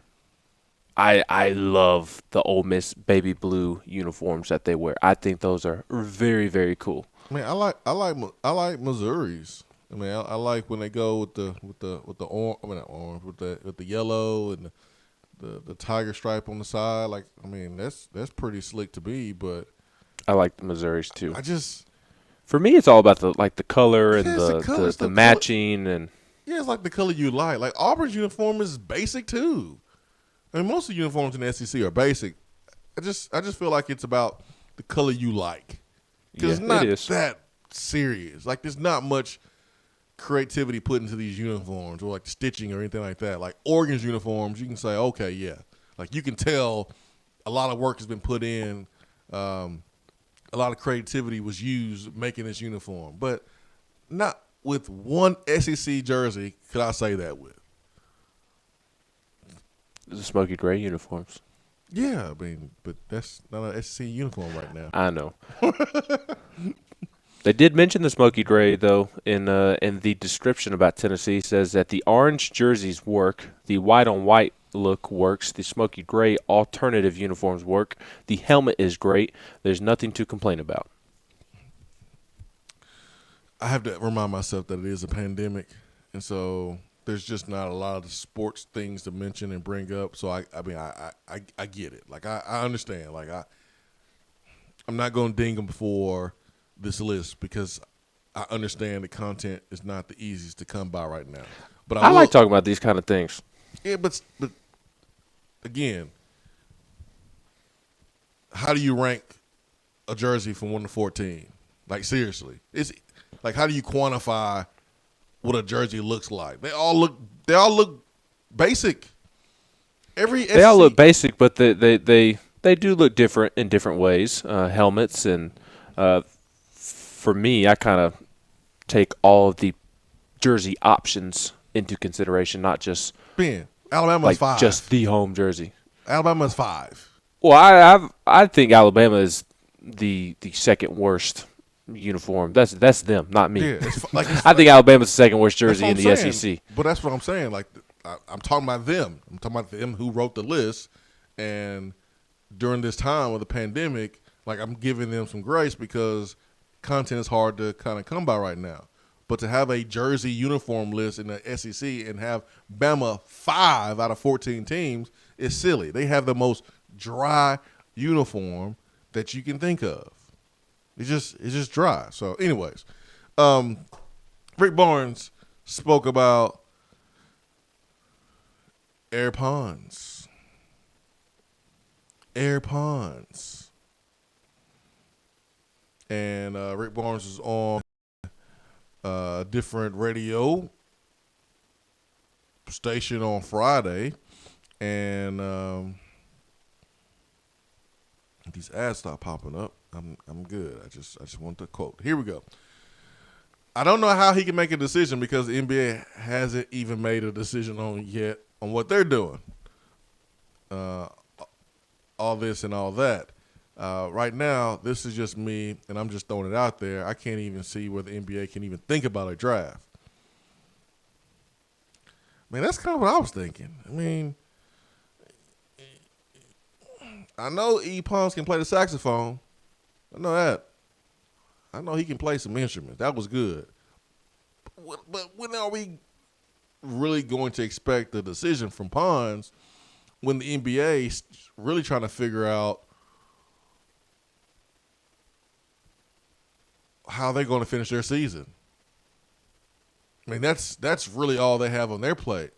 They're talking about possibly doing a two-site layout where maybe the Western teams play in Las Vegas and the Eastern teams play in Orlando at Disney. And so you have like these two solid locations so they can finish out their season. So how big of a priority is the NBA draft? So for Pons, when are we going to know what decision he's going to make? You thought Jordan Bones' decision kind of blindsided us and we had to scramble and go out and get Vescovi mid-season. What about this decision with Pons? Well, I don't think we have too much to worry about because according to you, the only decision he has to make is what classes he is going to take this fall. That's because I think he should come back. I think he should come back as well. I think the decision is easy, but I think for Rick Barnes, I think certainty is important. Yes. So you can know what you want to do with your roster. This is a nightmare situation for Rick Barnes and Tennessee because of what you just said. You want to know what to do if Yves Pons does decide to remain in the NBA draft. And if he does make the decision to remain in the NBA draft, I mean, it's going to be August. I mean, late July if he makes that decision. And at that point, with classes starting in the middle of August, does Tennessee have the ability to go out and get another post player to fill Yves Pons' spot? They don't. At that point, yeah. I mean, at that point, you're relying on Olivier Camwall and Uroš Plavšić to take a huge step forward and provide relief for E.J. Anosike and John Fulkerson. And I don't think that's a situation that Tennessee or us Tennessee fans want to be in. So this is a nightmare situation for Tennessee, especially if he does decide to stay in the draft. If he comes back to school, it was a lot of worrying for nothing. But, again, it's a nightmare situation. I mean, that's kind of what I'm thinking here as I'm looking at Coach Barnes' comments here. I'm like, man, when is he going to know? Not until the either last possible second or until it's too late. I mean, we talked about it 2 or 3 weeks ago. Tennessee has offered a center from Connecticut who is a part of next year's recruiting class, but could reclassify to this year's recruiting class and come in and be on the roster this year. Whether or not he will be able to contribute is another story, but at least you would be able to bring in a body in the post. But I doubt that that's a situation Tennessee wants to deal with. Barnes mentioned the August 1st as a possibility for the new deadline, but the date would make life any easier for college programs waiting to hear from their players. Barnes, quote, saying, if you're a team that has multiple players in this deal, you'd like to know, honestly, by the middle of July. Do we have time to go out and find someone else and all that? There's still a lot of things going on right now. So, I mean, Tennessee was one of the best defensive teams in the SEC. Big Pons was a big reason why. And, I don't think he should leave. You don't think he should leave, but he could. And you don't have time to replace him. That would absolutely stink as you look at this season with all the talent coming in. This is supposed to be the year where Tennessee can make another run. 865-255-03. Be right back.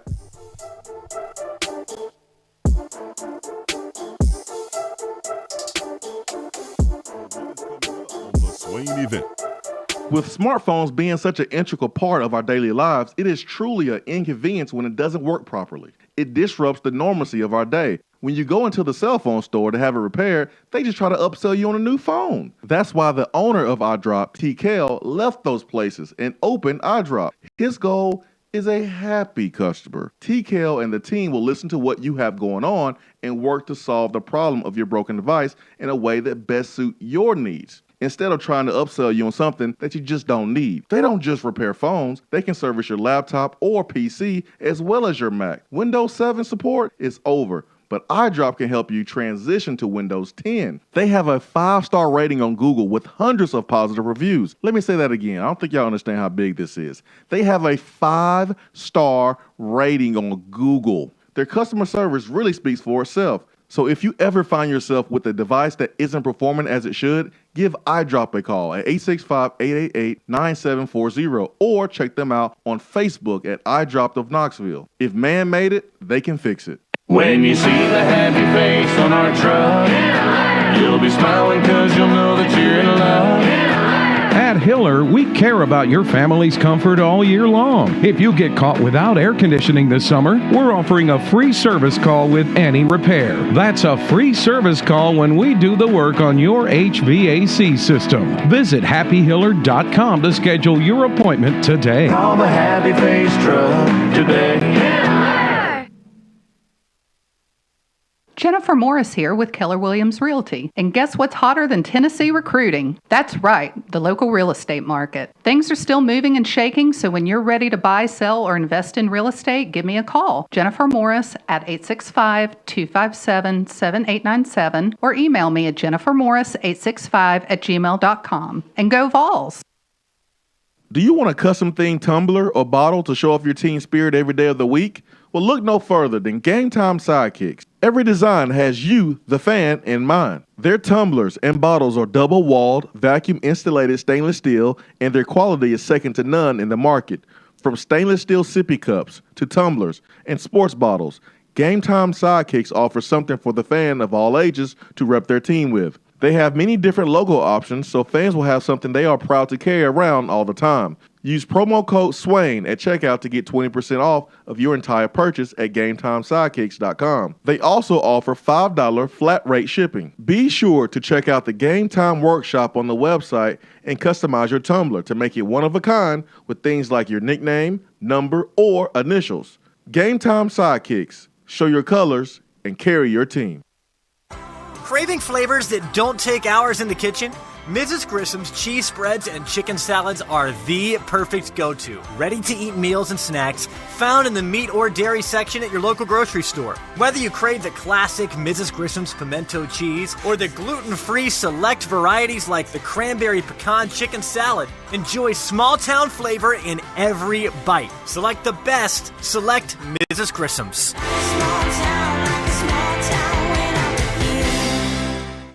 There are articles and news stories that you read about the things that people do. And when you're reading those and you start to shake your head, you start to scratch your head a little bit. You get confused. You don't understand why. You start to ask questions. But really, there's only one question that matters. What is that question, you may ask? For what?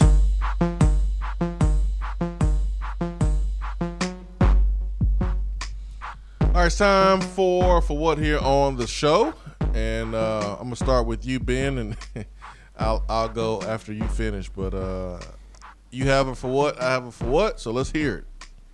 Yeah, mine's quick. I'm giving Major League Baseball a for what, because I don't believe that they are capitalizing on a perfect opportunity for the sport.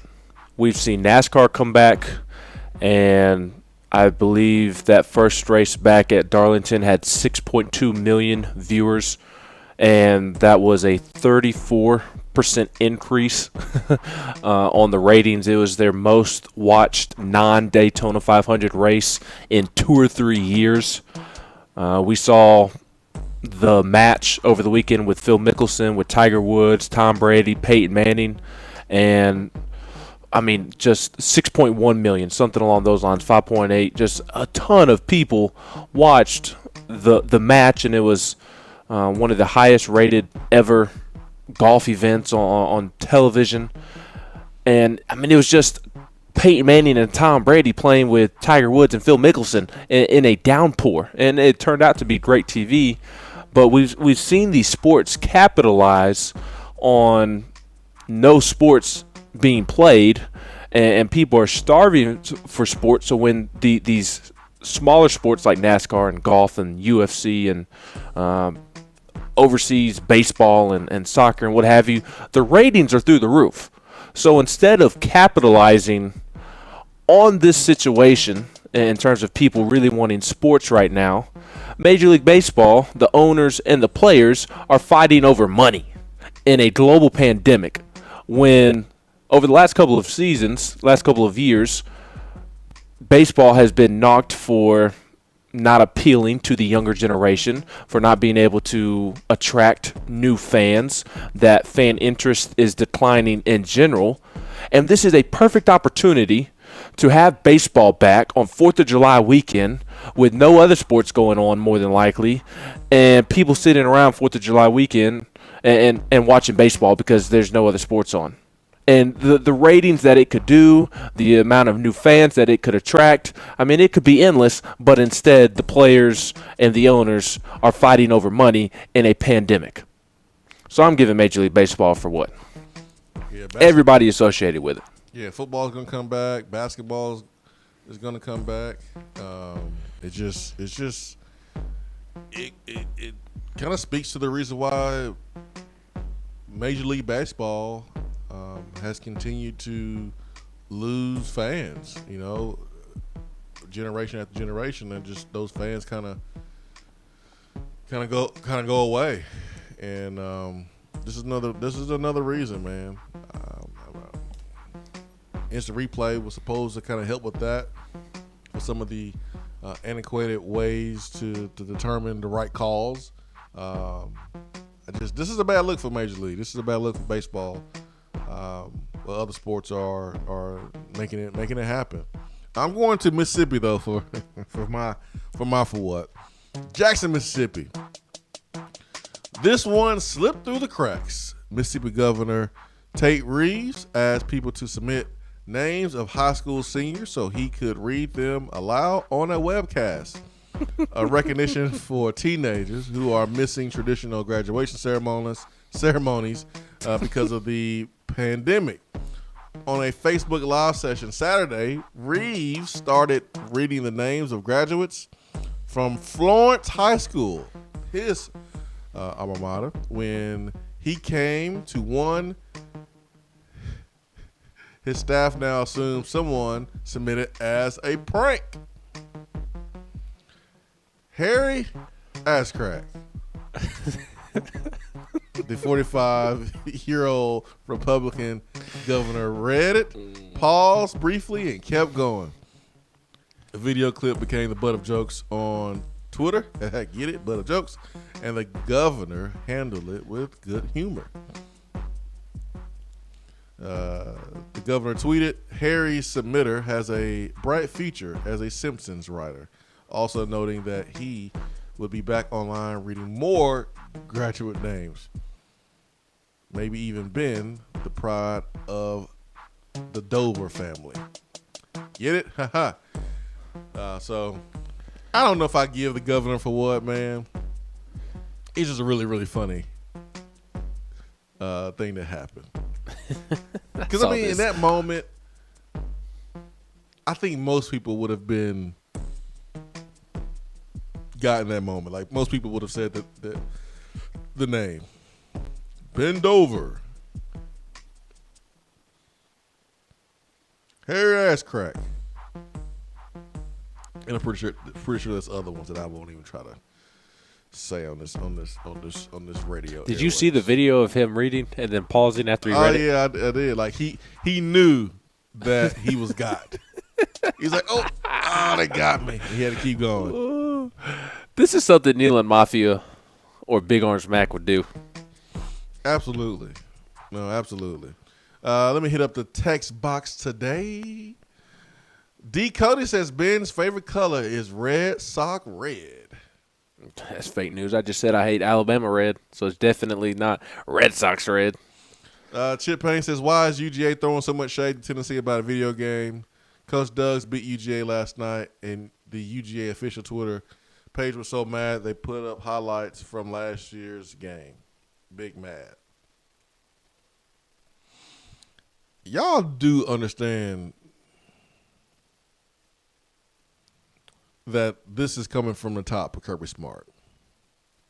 This is not the first time that Georgia has done this. And Georgia did this when Tennessee was having that red hot recruiting streak. And it's one thing to like tweet that from the official account because it's not like the head coach is tweeting it. It's someone else.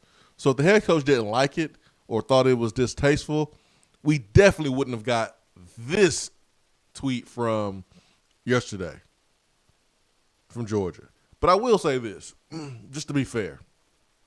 If the roles were reversed and Kentucky had a Coach Doug's and Kentucky beat Tennessee in a video game and a Tennessee Twitter account tweeted out a video of Tennessee beating Kentucky the last couple times, we would love it. We got to keep it real. We got to keep it real. Now, when I saw Georgia tweet the video, I didn't really realize that they did it because Coach Doug's was coaching up Tennessee against Georgia in a video game. I'm sorry. I'm not paying attention to that stuff. I think it's cool for the people that like it. I'm just not paying attention. I got stuff I'm doing. Even during the pandemic, I'm not watching somebody play video games. I'm sorry. So I didn't really know that that's why they tweeted that. All I saw was that they tweeted another video of them beating Tennessee, and it was showing Brian Maurer getting rocked. And I was hot. I don't want to hear anything about sportsmanship this year against Georgia. Nope. Yep, I know it's a bad message. I don't care. As long as someone doesn't get hurt, I don't want any sportsmanship against Georgia. Don't want any cheap shots or anything like that. But if you have a chance being up to score, you got to take it if you're Jeremy Pruitt. Period. Point blank. I don't care about being the bigger person. I don't care about turning the other cheek. Yeah, I'm going to turn the other cheek, but when I come back around, it's going to be a backhand. Yeah, I'm going to turn the other cheek, all right. Georgia. Now I see why Stokes feels the way he feels. Now I see why Mrs. Swain, DJ Swain, feels the way she feels about Georgia. Now I'm starting to see it now. I'm starting to see it. I don't want any kneeling of the football. If Tennessee is up against Georgia, you got to do that part first now.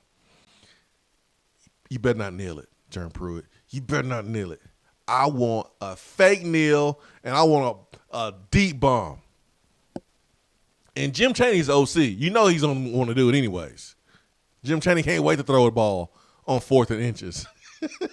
And it's against his old employer, Georgia and Kirby Smart. Let me relax. Bless you. Ben? I didn't sneeze. I know. Ms. Swain did. She turned my mic off, but I still had to bless her because unlike you, my wife ain't on vacation. I'm not on vacation. My wife is not on vacation. Ah, I see what you did. Don't hate. I'm not hating. My wife deserves a trip to the beach after all the imbeciles she's been dealing with at the hospital. That's true. That's true. She deserved it. Don't spend too much money, though, baby. We're trying to save up for this house. Don't spend too much money. Man. If I was running Tennessee's account and we were in the same position Georgia was in, I would probably do the same thing. But that's not the point. See, that's why I have not been quick to comment, because if the roles were reversed and Georgia was the one that was being controlled on a video game and Tennessee had beaten down Georgia the past couple of seasons, I would be doing the same thing that they're doing. No, exactly. I'm not.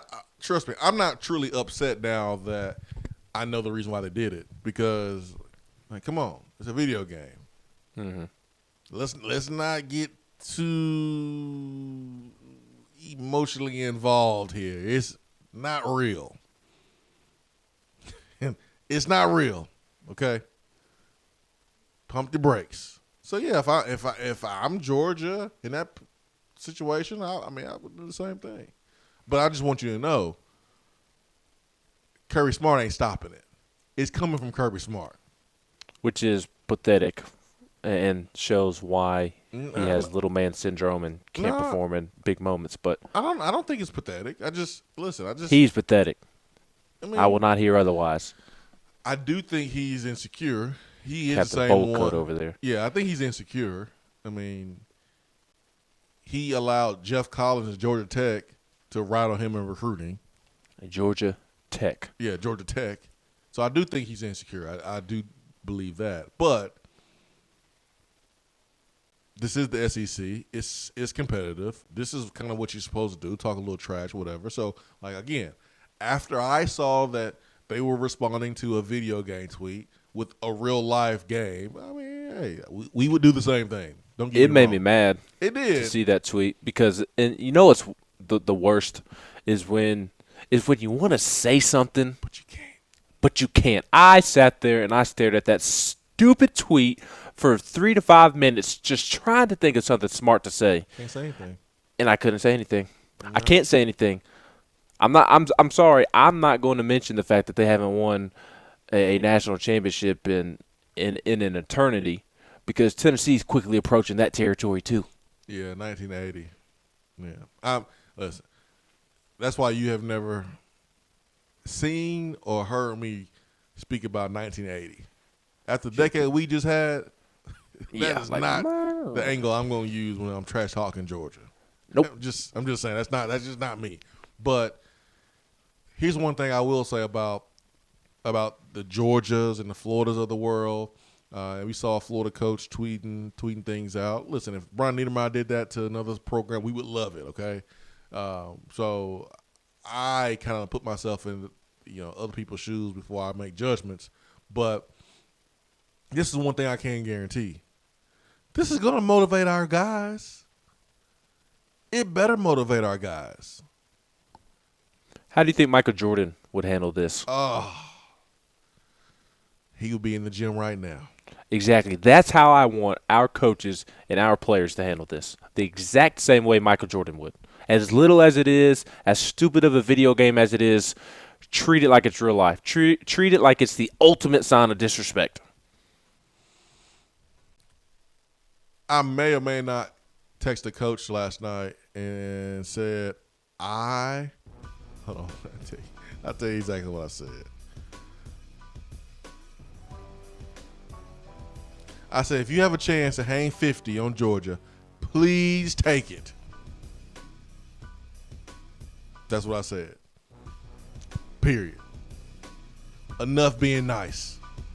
I don't want any sportsmanship. Unless it has to do with the player. I don't want anybody to get hurt. I don't want any late hits or anything like that. But forget those feelings, man. Hour 3 coming up.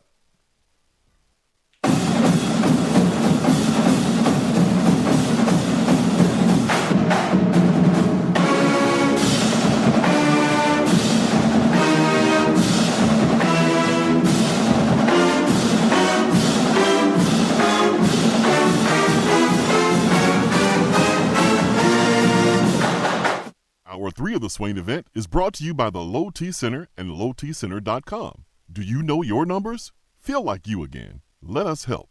While the players are gearing up for the gridiron, it's time for you to get geared up at Alumni Hall. Find the best selection of Nike, Nike Golf, Peter Millar, and all of those retro logos you love. And the 2 for $28 t-shirt deal? Game changer. And don't forget about the rest of your game day crew. There are plenty of options for the entire family and to upgrade that tailgate. Shop now at one of their 6 convenient locations in Tennessee or 24/7 at alumnihall.com. It's football time in Tennessee. Alcoa 10 Federal Credit Union, a place where you belong. Alcoa 10 Federal Credit Union has helped people save money for almost 80 years. Whether it's free checking, financing a vehicle, or purchasing that new home, Alcoa 10 is here to help you. Better rates, better service. Check them out at atfcu.com. Alcoa 10 Federal Credit Union, a place where you belong. Member NCUA. You're listening to the Swain event, fueled by Dead End Barbecue. Check them out online at deadendbbq.com.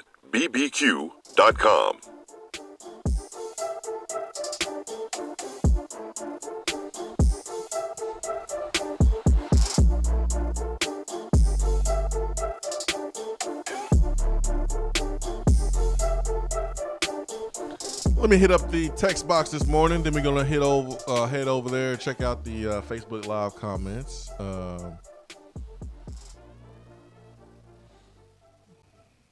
Mr. White 865 says Chad Jr. is gonna be pretty good at Arizona State. Chad Johnson, I do remember his son committed and plays there. I think. Man, that makes me feel old. Yeah, I think Ryan Clark's son plays at Arizona State too. Oh, that makes me feel old too. I bet. Checking out what else here on the text box. Vol King says, do y'all think Brian Niedermeyer will be Jim Chaney's replacement or Derek Ansley's replacement in the future? More likely to be Derek Ansley's replacement, just because Brian Niedermeyer's home is better suited on the defensive side of the ball, in my opinion. And I just don't see Jim Chaney going to be a head coach anytime soon. I think you passed that threshold as an assistant where you had an opportunity to be a head coach, and for whatever reason didn't happen. You know, I think about, you know, John Chavis, and John Chavis had an opportunity to be a head coach. It didn't happen, and the chances of you being a head coach kind of, you know, they decrease each and every year. So then you kind of morph into a lifetime assistant. I think that's where Jim Chaney is. Derek Ansley is a young, up-and-coming coach. And so I think he just has a better chance to be a head coach, and there will be an opening, number one. Number two, you mentioned it. Brian Niedermeyer feels more comfortable on defense. He knows Jeremy Pruitt's system probably better than a lot of people. So let's keep it moving. Let's see here. What else is on the text box? Well, we'll get to Daytona, then we'll get over there to Facebook Live. Daytona, good morning. Good morning, gentlemen. How are you? What's up, Daytona? Just headed to a job. I like it, man.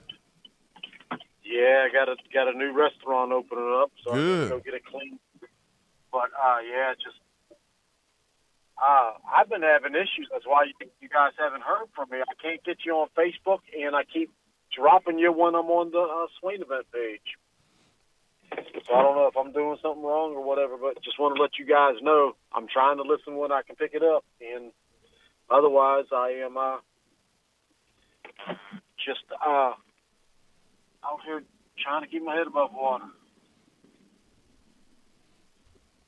Well, man, we hope that's going well for you, man. I'm glad that you got a restaurant as a client, and things are going back, man. You can give me a shout, and I can try to help you there from the technical side. But you know, everything is rolling over here. We got a ton of comments here on Facebook Live, and we haven't had any issues on this side of it. So it's on my end, I'm sure. Just give me a shout, man. We'll see if we can try to help you out and address any issues you may be having. All right, guys. Hey, appreciate y'all. Love y'all. Keep doing the work. See you, man. Thank you.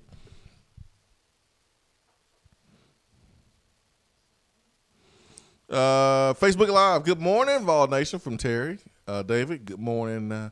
Morning, Vols fam. Henry, good morning, VFLs. Let's see here. Didn't Swain say he would throw the doop-de-doo a few days ago? I think it was the oop. What was it called? I think I called it the oop-de-oo or something like that. Something ridiculous. Yeah, it was ridiculous.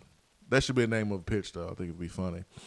Phil says he's ready for some Tennessee football. Steve Wells says go Vol. Vol fan since 1965. Your family, Ben, giving you some love. Moaning. Terry says hate. Hashtag Swain old Grinch. Yeah. Yep. That's me. No, you want to talk trash? Yeah, we gonna hang 50 on you if we can. And if we're winning, we're not gonna kneel. We're gonna try to put on more points. There needs to be consequence. I just wish that we get these consequences. Please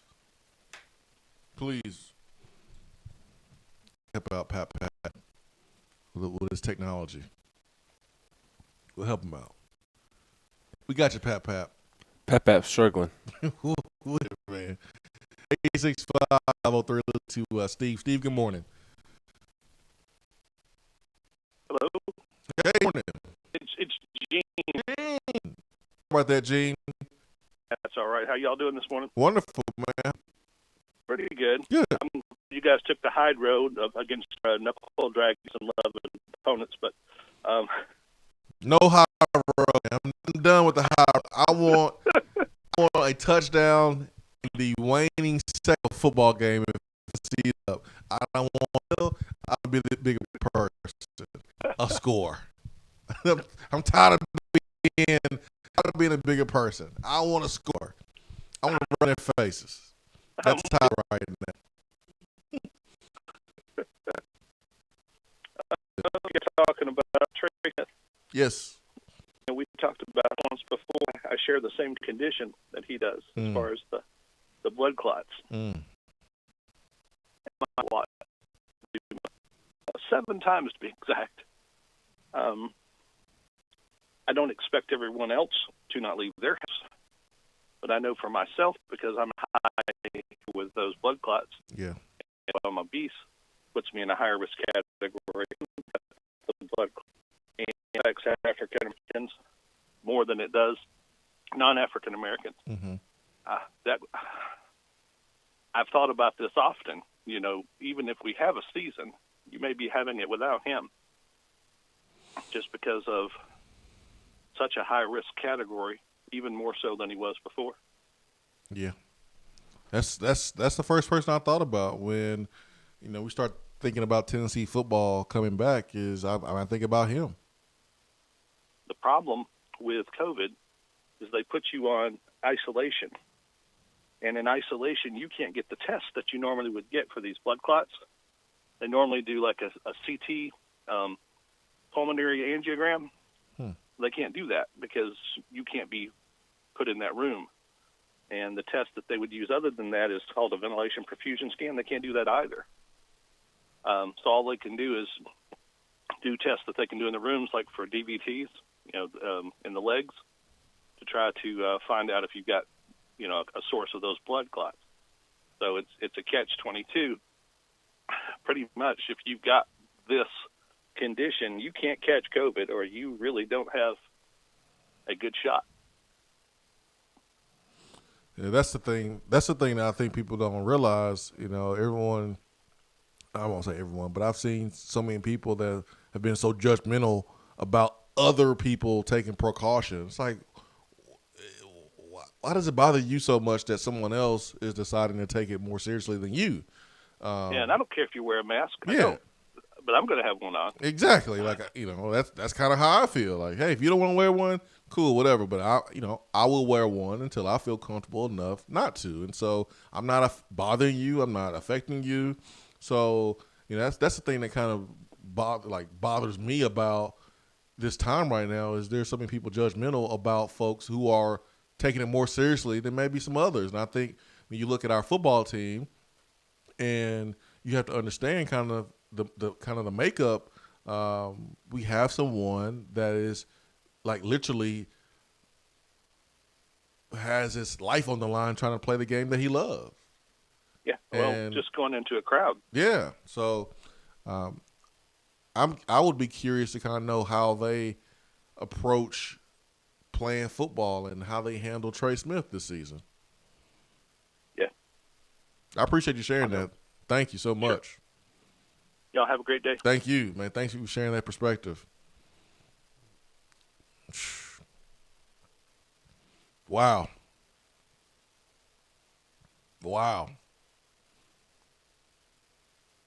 Whew. 865-255-03. Thank you for that phone call. Really, really appreciate it, Gene. North Alabama Vol says that the Vols hang 50 on Kirby in the months from Athens, I'll cry worse than I did when Juwan caught the Hail Mary. Love the show. Listen every day. Y'all are on from enemy territory. Go Vols. I don't think it's going to happen. I don't think we're going to drop 50 on them. All I'm saying is I don't want Tennessee to take the high road if Tennessee wins. We may be up 1 point. I just don't want us to take the high road. I don't want anybody to get hurt. What do you think about? They give Kirby a handshake at midfield. I just want him to stand there and just mean mug him. See, I like that thought, but I also like and I've done this before in other ways, but like taking the high road on purpose and displaying the high road on purpose. Like, let Kirby Smart know that he's been running his mouth and doing stupid things all off season long. Like, go to midfield and shake his hand with the biggest smile possible on your face. Yeah, I know that. Take that. And you know what? I hate Butch Jones. I loved when he called that timeout against Florida. I loved it. Do something like that. Yeah, that was great. Part of me, I think taking the high road is also kind of insulting to the other team in a way, you know? That is true. Because not only did you just beat them down after they've been running their mouth, but you look good doing it too. Yeah, that's true. And you can be the better person. Yeah, you're right, Ben. I was thinking about that as I was saying it, but you said it. You got a point there. I like both ideas. Yeah. I just hope they can do either. Yeah. Maybe 1 year you can be petty, another year you don't. You can take the high road. I told you they don't like each other. They really, really don't. I told you that like a couple years ago, and I think it's funny when they speak about each other. They try their best to be complimentary of each other, but they don't really roll with each other like that. And I like that. I don't want my coaches being all buddy. I don't like it. I don't like Dooley and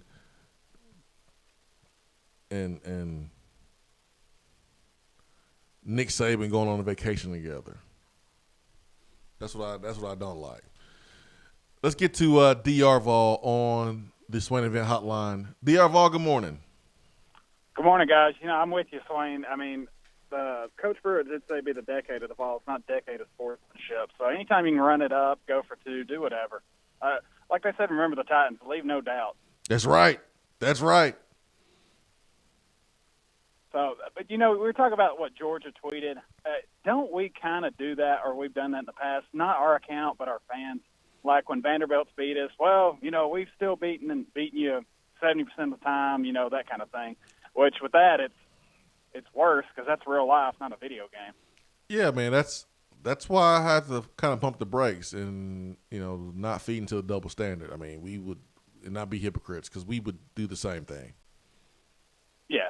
We would. Yeah, I mean, I would like if we did, but I still think it is a little soft because it is a video game. I understand it's recruiting. Yeah. Yeah. I mean, and they don't have to be, quote, mad to tweet that video. I've seen a lot of people say, "Oh, they mad." I mean, they just reminding people that in real life they beat us. I mean, that's a burn that hurts, and there's nothing you can do about it. Oh yeah, I agree. Ben, do you think Daytona is Marty Bird? No. Did you finish No. it yet? No, I watched. My schedule and my wife's schedule have not necessarily gone hand in hand of late, and that's one of those shows where Can't watch we it. have to wait for the other in order to watch it. You can't watch it while you're on vacay. That's right. So I'll be watching Billions, though. I've started watching Billions, and I enjoy that show. But I'm on. I think last night we watched season 2, episode 11. So like, right. I don't want to give any spoilers, but like after they announced the casino was like the last thing we saw last night. Spoilers. I mean, the thing's been out for years, man. Like it's a new. I know, but there may be. I guarantee there's somebody out there watching the first season right now, or somebody who's on the verge of watching. But when they had the press conference to announce the casino, that's not a huge thing to give away. But that's the last thing we saw last night. So like we're right at the end of season 2. Yeah, I know exactly where you are. Swain, do you watch it? Are you caught up? Yeah, I watched all the way. He watched it in like 3 days. No, it wasn't 3 days. It was more like a week. But I watched all the way to the end of season 3. It started getting a little silly, but I ain't gonna lie. I'm ready for season 4. I thought season 3 was supposed to be good. It is good, but it starts to get a little silly though. How can it be? Yeah, it gets a little silly. You'll see. That's how I like season 2 better than season 3. Well, guys, more pressure on y'all because I cut my cable yesterday with no sports. So the only sports information I'm going to get day to day is the PTI podcast and y'all. So y'all are Ben's going to have to step up his takes, I guess. And Twitter. Yeah, and Twitter. So, all right, guys. Well, I'm going to get off here. Y'all have a good one. We'll do our best, man. We'll do our best. You have our word, man. We will do our best. 865-255-03. We go to the phones and we talk to our guy. Look at that. Look at Mrs. Swain, man, with the transition. Oh, my goodness. Ben, can you do that? Well, I can. Typically, we go to a break first. I know, but we didn't, which makes this move even better from our lovely, lovely producer. Let's get to Austin Price on the Swain Event Hotline this morning. Austin Price joins us from VolQuest.com. You can follow Austin on Twitter, Austin Priceless. Good morning, Austin.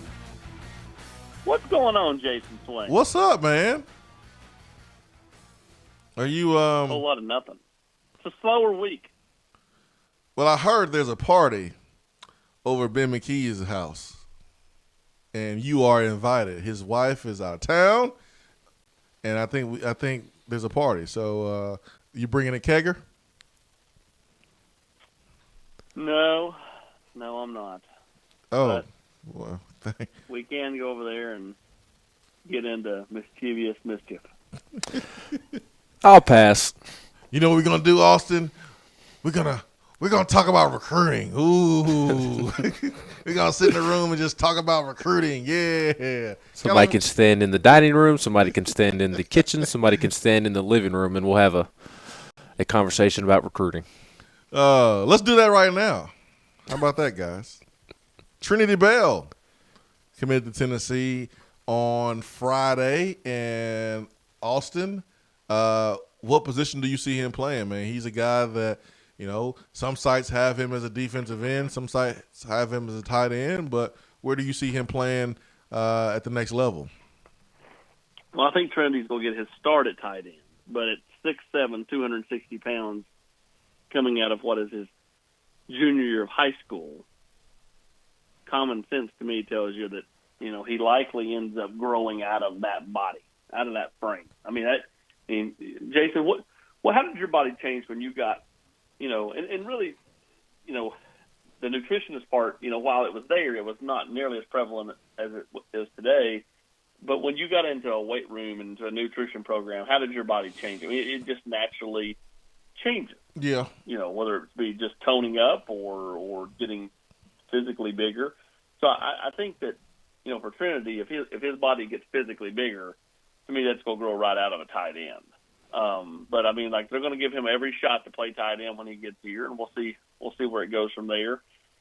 But that's what Jeremy Pruitt and them have been about, since they've got here, is just adding athletes, adding bodies, and figuring it out. And if you go back to what Philip Fulmer used to do, and John Chavis was the king of taking a kid that played running back in high school and did it at a high level, and then turning him into this hybrid all SEC linebacker. Jeremy Pruitt's doing that with guys. He's finding athletes that can play multiple positions and then letting them figure it out once they get here, whether it be, quarterbacks that turn into receivers like I think Jimmy Holiday ends up doing, or don't say that, Austin. Jimmy Holiday knows, man. He knows. or other positions. I mean, it's all about adding big bodies that can run, and at 6'7", 260 and can run, Trinity Bell is every bit the kind of guy that Jeremy Pruitt's looking for. Austin Price here on the Swain event. And, if I'm Trinity Bell, man, I'm eating salads all the time so I can play tight end. I mean, if you want to play tight end, we'll give you that chance, but man, you can't lose speed and you can't gain 10, 15 pounds. So if I'm Trinity Bell, man, I'm on that salad plan. Yeah, I mean, again, I think that he wants to play tight end. He'll be given every chance to play tight end. But, again, when push comes to shove, does he grow out of that body? Yeah. I look at, Tennessee's gotten several guys. Julian Nixon's another perfect example. He's a receiver, but, at 230 pounds right now, is he going to grow out of a receiver body, into a tight end? I mean, I just think that there's natural evolution for all these kids in a lot of ways. Cayman Marley, a kid that committed last Thursday, another great example. He's 220, 225, and, while he could play receiver or safety right now, does he not, he looks like a perfect candidate, especially with his frame and kind of how, big-boned he is, to grow into what would have been an old school John Chavis linebacker. That puts on another 15 pounds and plays at 235 or 240, as an outside backer. So, I mean, it's all about just adding playmakers, and Tennessee's doing that. Is big boned a thing? Because, like, I thought about using that excuse when people are like, hey, Swain, you gained some weight. I thought about saying, no, I'm just big boned. Is that a real thing? Can you be, like, really big boned? Is that a real thing? Yeah, you can be. I think that is a thing. I'm going to start using that then. I'm just big boning, man. My bones getting bigger. That's all. There's no bones in your belly, though. Shut up. There's bones in my belly.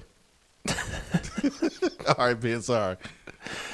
Austin, what do you think the addition of Trinity Bell and Miles Campbell within a week of one another means for Hudson Wolf and a guy like Terrence Ferguson, who just announced Tennessee was in his top 5? Those other two tight ends, what do you think the addition of the recent two mean for those two? Who was that, Ben? You broke up. Terrence Ferguson and Hudson Wolf. What do you think the addition of Miles Campbell and Trinity Bell mean for those two? Terrence Ferguson's a guy Tennessee will continue to recruit because you never know what happens, in recruiting. But I think Hudson Wolf is a guy that will have a spot here no matter what. If Hudson Wolf wants in, Hudson Wolf will be involved. Terrence Ferguson, I don't think, is in that same ilk as far as having a spot here no matter what. I think, you recruit Terrence Ferguson because if you miss on Hudson Wolf and you were to have one of these other guys end up going somewhere else, that's a good fallback plan.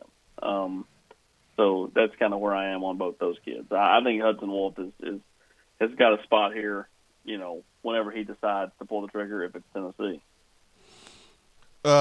Junior Colson picked Michigan, and, I mean, Tennessee can't get everybody. It's not one of those cases where Tennessee just didn't want them, right? Tennessee really wanted this young man, and he decided just to go to Michigan. Yeah, that's correct. It's not a case where Tennessee didn't want him. And Tennessee would have gladly taken Junior Colson. Junior Colson's guardian, she went to Michigan, and hey, I mean, I understand that. I mean, everybody grew up cheering for somebody. You know what I mean? And she just so happens to be a Michigan grad, and be from up that way, and it just kind of played out that way. So. But you don't stop recruiting, and Brian Niedermeyer's not just going to go, oh, well, I'm done. No, I mean, he's going to keep recruiting Junior because you never know what happens if Jim Harbaugh goes back to the NFL at the end of the season or whatever. I mean, you just never know how things are going to play out. That's why you continue to recruit all these kids, and that's why Tennessee, while even if they're full at certain positions, will continue to recruit those positions all the way through the rest of this cycle. Or if Harbaugh tries to have another sleepover with a recruit,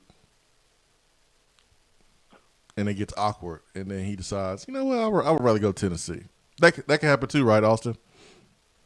Yeah, almost as awkward as when Ben's wife comes back in off the road trip, and there's cans and stuff laying all over the dining room floor. No, see, I learned in high school with my parents that you clean all that stuff up about 30 minutes before they are supposed to be home. 30 minutes? I don't make that big of a mess. Hey, Austin, I said that 30 minutes before. Is that Pruitt? Hey, Coach, how are you? Pruitt, what?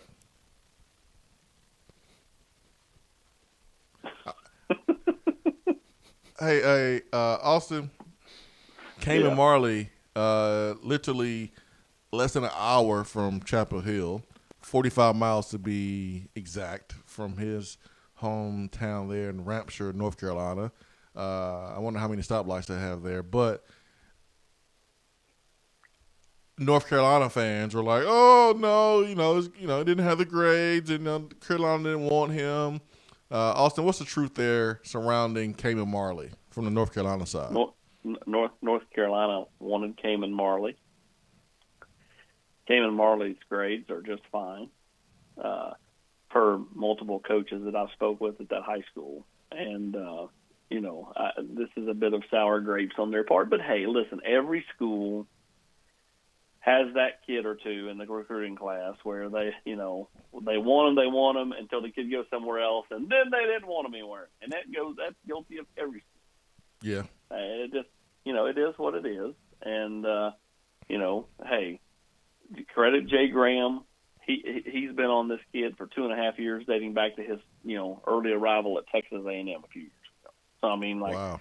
This one is someone that I'll tell you this because you like these kind of things. This is one that Herman James Graham, pinpointed quite a while ago, and this one, I think this one was big personally for Coach Graham because.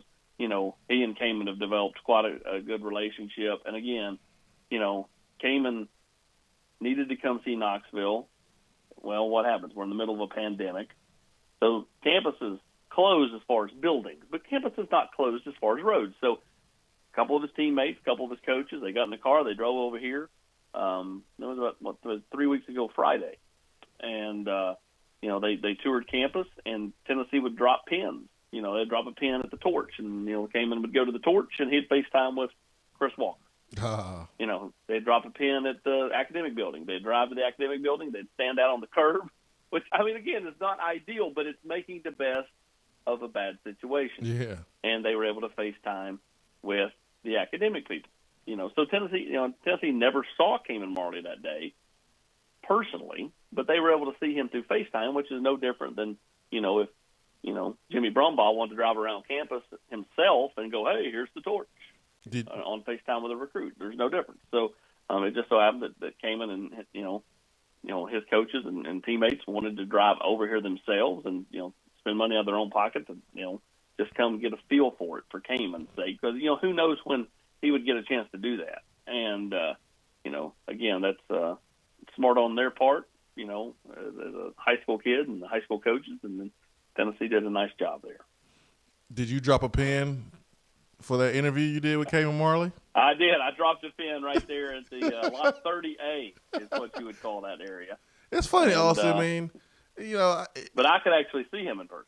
Yeah, true. It's funny. I think about like the Superman movies and the comics back in the day.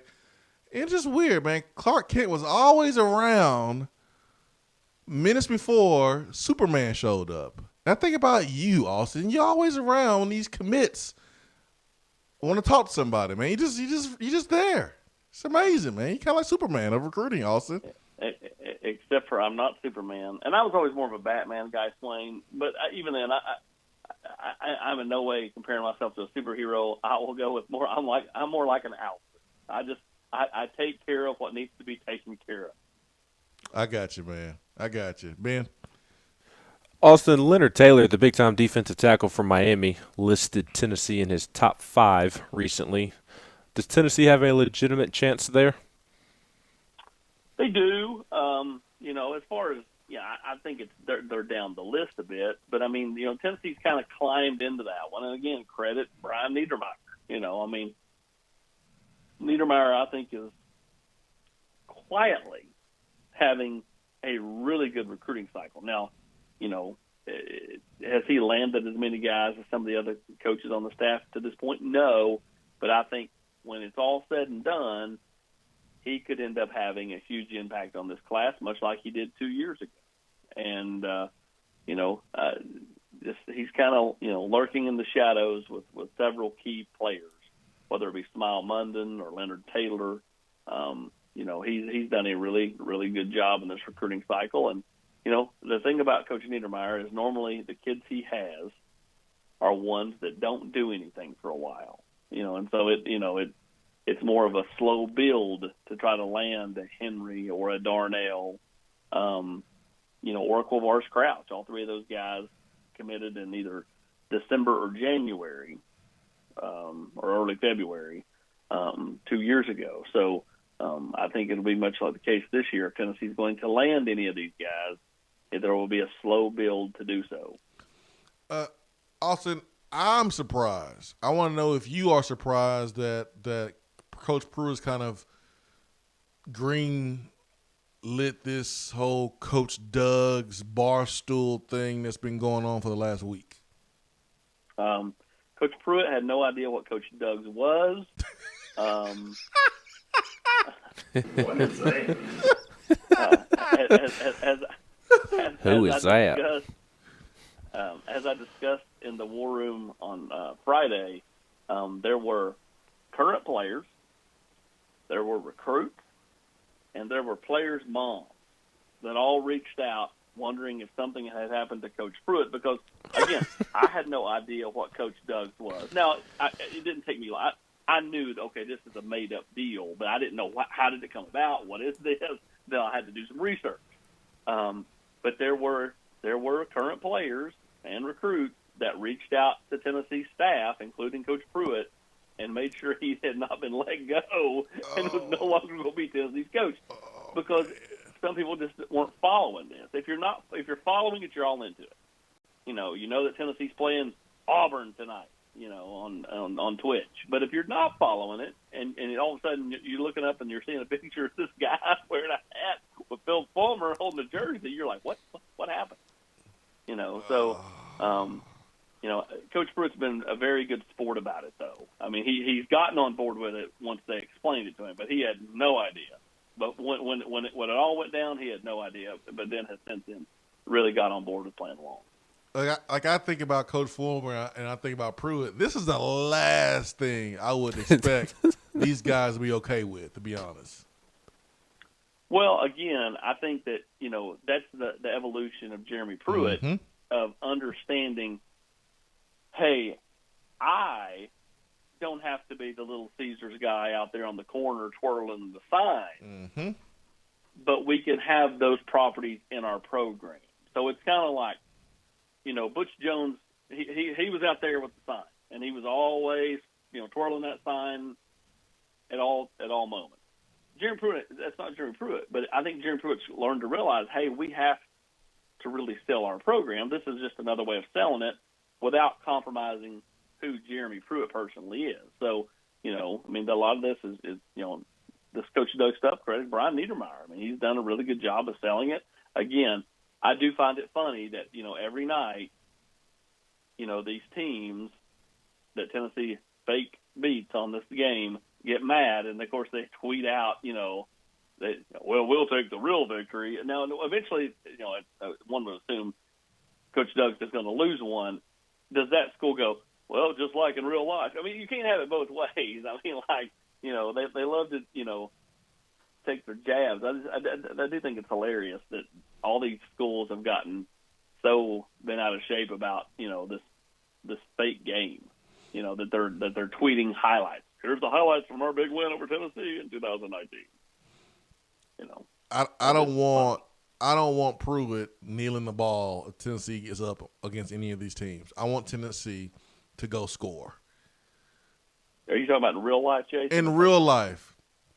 Listen, if Tennessee ever got up against Georgia or Florida, Jeremy Pruitt in no way, shape, or fashion would set on the ball.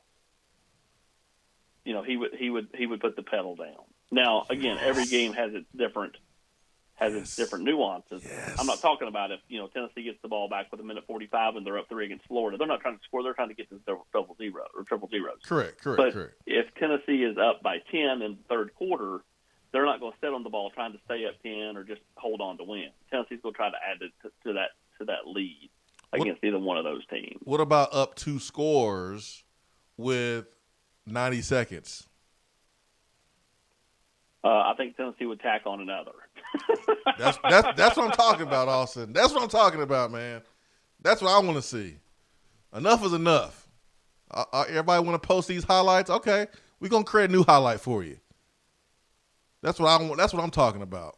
Well, what Tennessee really needs, and this is the truth, one to turn the corner, but 2, Jason, they need to get a winning streak against these teams. And Tennessee's had far more success against Georgia over the last 20 years than they have against Florida.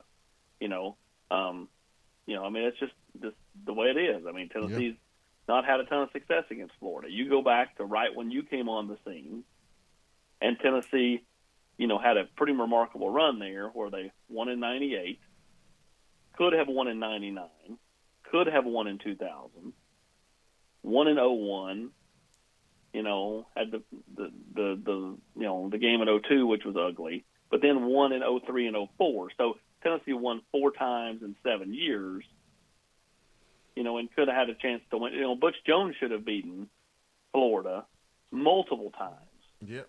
And yet, he only beat them the once. He should have really won 3 in a row against Florida, dating back to 2015, 16, and 17, but yet failed to do so. So, Tennessee to me has got to turn the tide, not just by winning a game against these programs, but by winning multiple games in short order.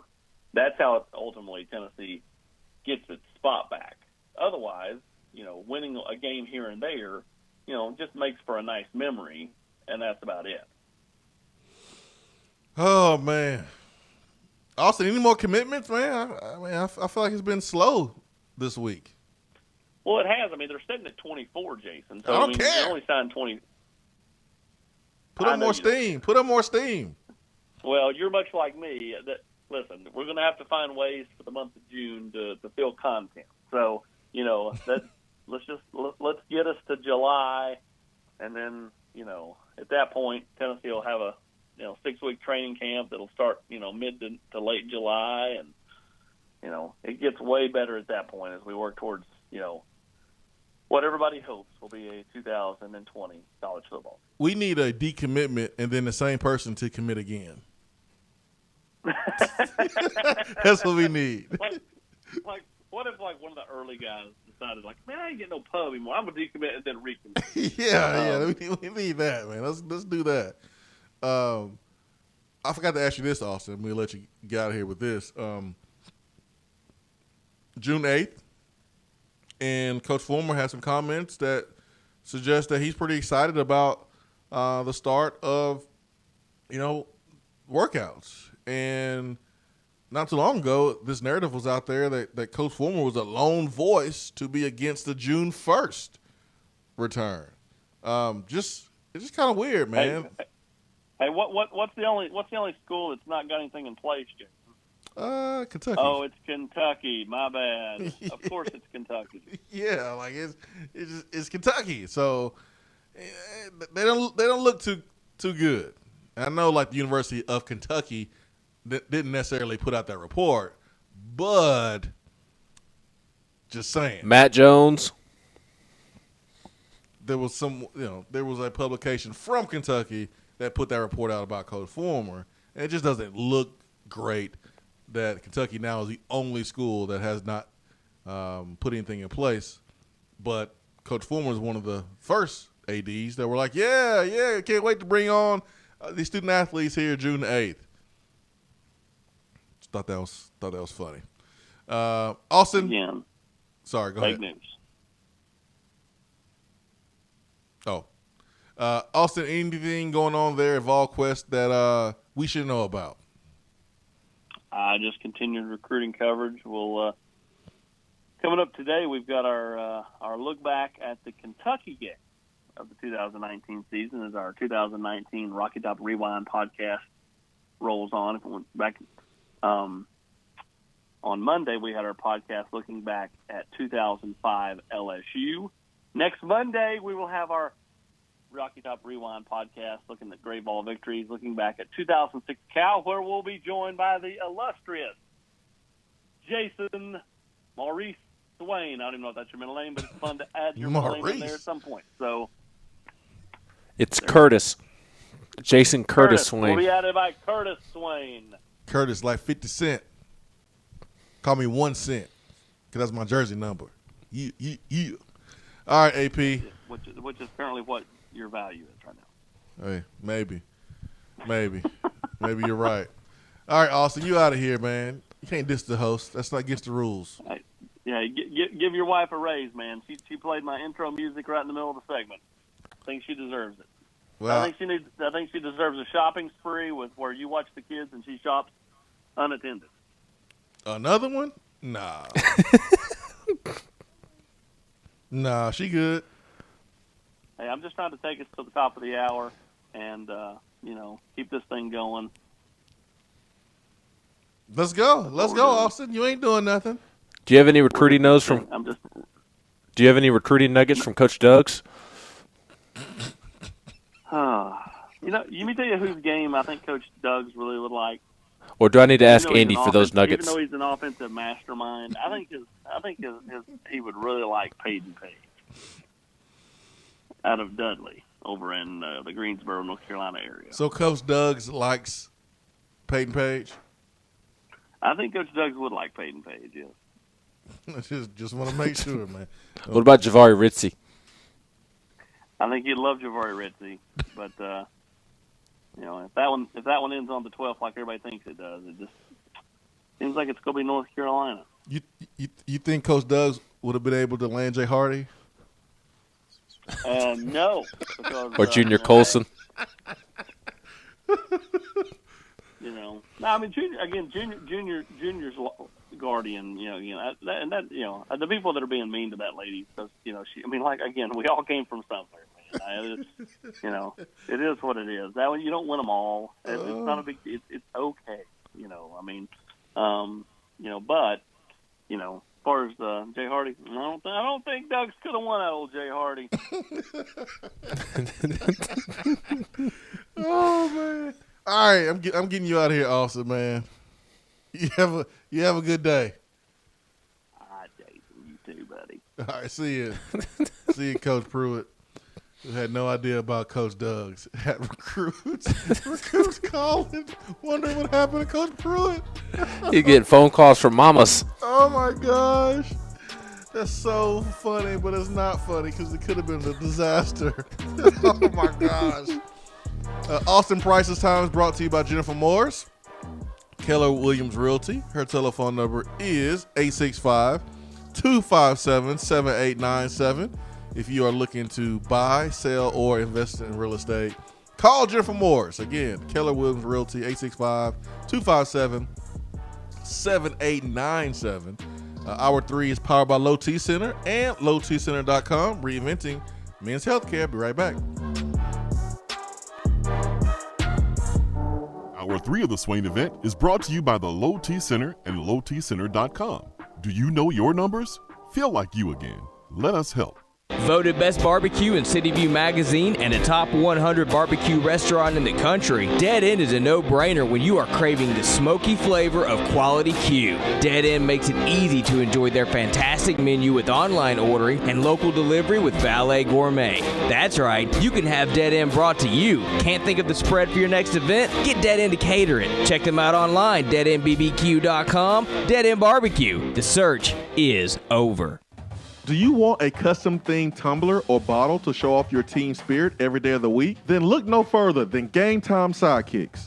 All of their bottles and tumblers are double-walled, vacuum-insulated stainless steel, and their quality is second to none in the tumbler market. New this year are their stemless 12-ounce tumblers, perfect for repping your team while enjoying your favorite wine. They also have new 3-in-1 jackets to use as a koozie for a can or bottle, or you can pop a lid on it and use it as a 12-ounce tumbler or coffee cup. Be sure to check out everything Game Time Sidekicks has to offer at GameTimeSidekicks.com. Game Time Sidekicks, helping fans show your colors and carry your team with unique gear you will actually use. With smartphones being such an integral part of our daily lives, it is truly an inconvenience when it doesn't work properly. It disrupts the normalcy of our day. When you go into the cell phone store to have it repaired, they just try to upsell you on a new phone. That's why the owner of iDrop, TKL, left those places and opened iDrop. His goal is a happy customer. TKL and the team will listen to what you have going on and work to solve the problem of your broken device in a way that best suits your needs, instead of trying to upsell you on something that you just don't need. They don't just repair phones, they can service your laptop or PC as well as your Mac. Windows 7 support is over, but iDrop can help you transition to Windows 10. They have a 5-star rating on Google with hundreds of positive reviews. Let me say that again. I don't think y'all understand how big this is. They have a 5-star rating on Google. Their customer service really speaks for itself. So if you ever find yourself with a device that isn't performing as it should, give iDrop a call at 865-888-9740 or check them out on Facebook at iDrop of Knoxville. If man made it, they can fix it. JC's Tree and Landscaping Service specializes in quality tree work done at an affordable price. Trimming and removing trees are their specialty. They also offer other services like land clearing, stump grinding, crane services, and all of your basic landscaping needs for both commercial and residential. JC's will give you a free estimate and beat any written quote by a competitor to guarantee that you get the lowest price around. Don't risk your land with a fly-by-night service. JC's Tree and Landscaping is licensed and insured. Give them a call at 865-599-3799. For a replay of each day's Swain Event TV, like us on Facebook.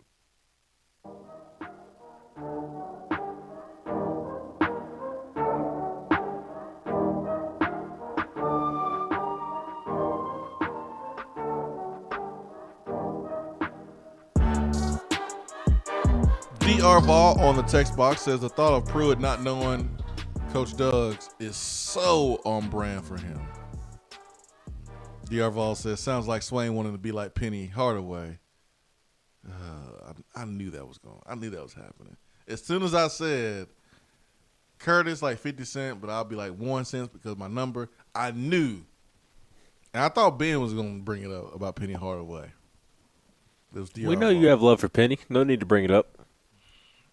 Hey, man, I've seen phone posits be released, and I have not one time tried to get them because of Penny. Because him disrespecting the Deacon Barnes. That's not why. That is why. No, because you took the money that would go towards the phone posits and bought another pair of Jordans with them. No, that's not the reason Yes. why. The reason why I have not got phone posits is because of his disrespect of Deacon Barnes. Penny is a bum. Capital B, capital U, capital M. Bum. With the extra emphasis on the bum part. He apologized, Ben. I don't care. He can take that apology and shove it. He's not a bum, Ben. He is a bum. Talking about winning a national championship and then was fighting to make the NCAA tournament. Man, get out of here. That's what you're supposed to say. You're not supposed to say it publicly, but you're supposed to say it to your team. You're supposed to talk about winning a championship. That should be the standard. You know, in that same interview that we mentioned with Rick Barnes earlier, in which he talked about Yves Pons, he was also asked about the Final Four potential of the team. And you know what he did? He handled it like a head professional basketball coach should. He didn't talk about winning a national championship. He didn't say, oh, we're going to win the national championship or whatever it was that Penny exactly said. He said, oh, yeah, we're excited about our team. We think we have a good chance to be really good. That's how you answer that question. Well, you sure got some hot takes. Take that for data. You got some hot takes over there because I think you fail to realize that our football coach is learning on the job too. And he has not said everything perfect either. He hasn't guaranteed a national championship. No, he has done that. But he talks about national championships. He talks about championships. That's for sure. He just didn't do it in the way that Penny did, rubbing other coaches the wrong way and acting the way that Penny acted. He said that he was embarrassed watching, himself and looking at some of the things that he said. He's a human being. He made a mistake. I don't care. I'm not giving him grace. I will not forgive him. Is that going to be in your sermon after the show since you still got the church set up over there? Yes. It is Wednesday. Me and my Bible study meet Wednesday after the show. Is that what you're going to be preaching about? How not to turn the other cheek and not have... No. We're in John. We're doing chapter 8 today. Yeah, right. All right. D.R. Vol says, per Austin Price, those close to Jim Harbaugh expect him to head back to the NFL. Send the tweet. I heard that too. I just hope we don't embarrass ourselves anytime a kid doesn't want to come to Tennessee. Like, please delete your account. Stop embarrassing everybody.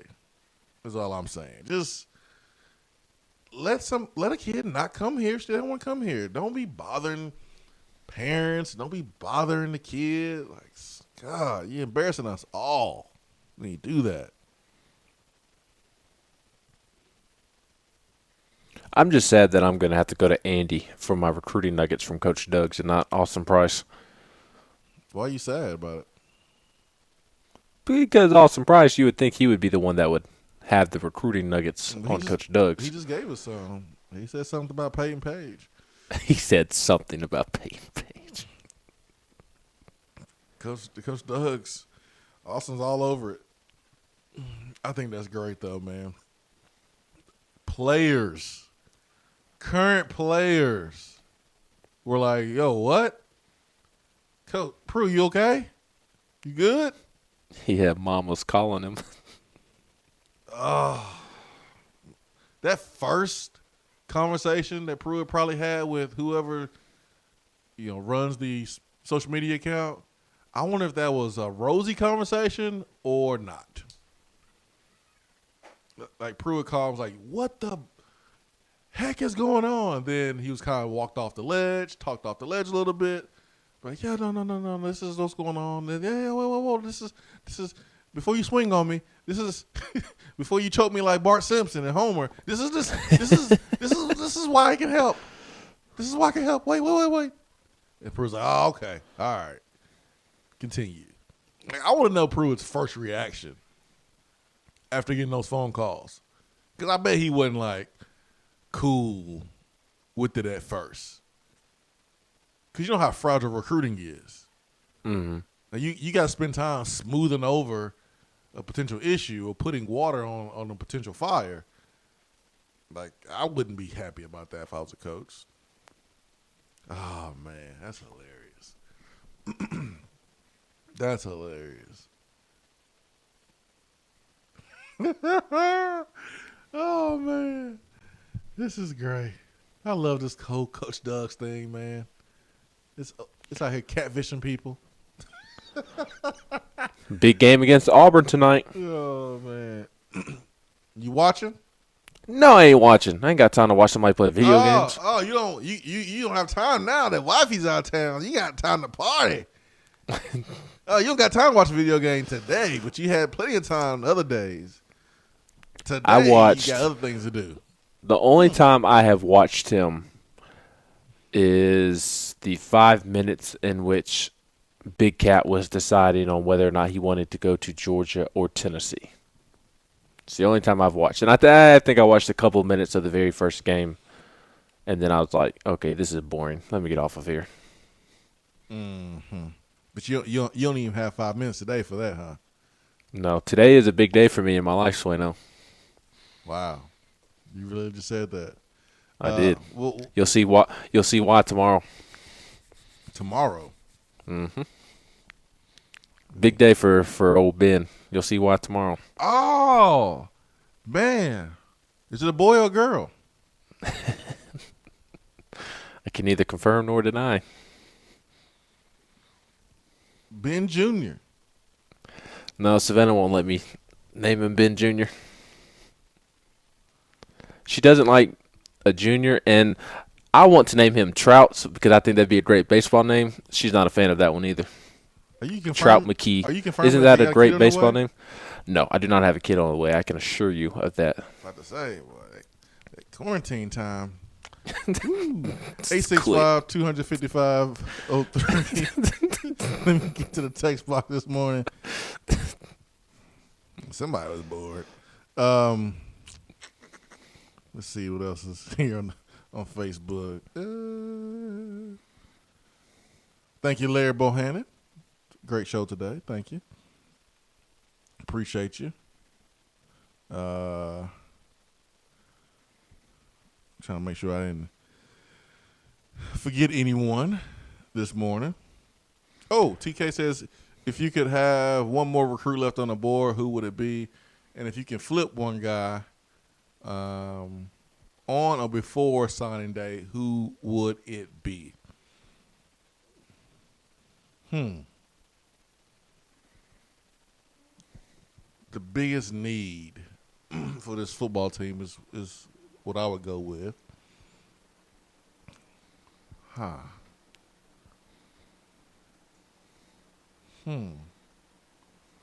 So we're flipping somebody?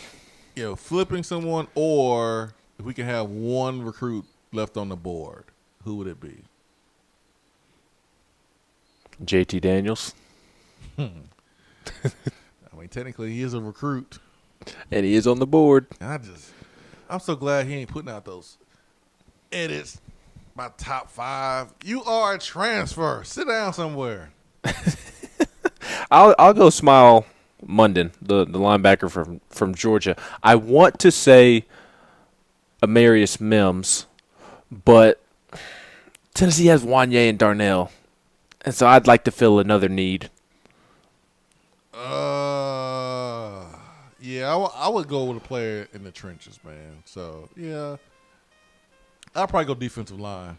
The kid from Miami. Yeah, Javari Ritzie, a Peyton Page. Yeah, that's what I would go with. Defensive line. 100%, man. All right, Ben. Big day for you today.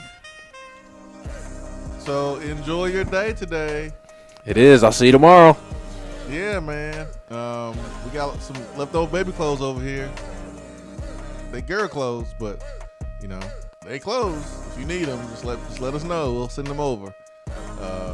Sanitize and all that good stuff. We'll drop them off at the doorstep for you.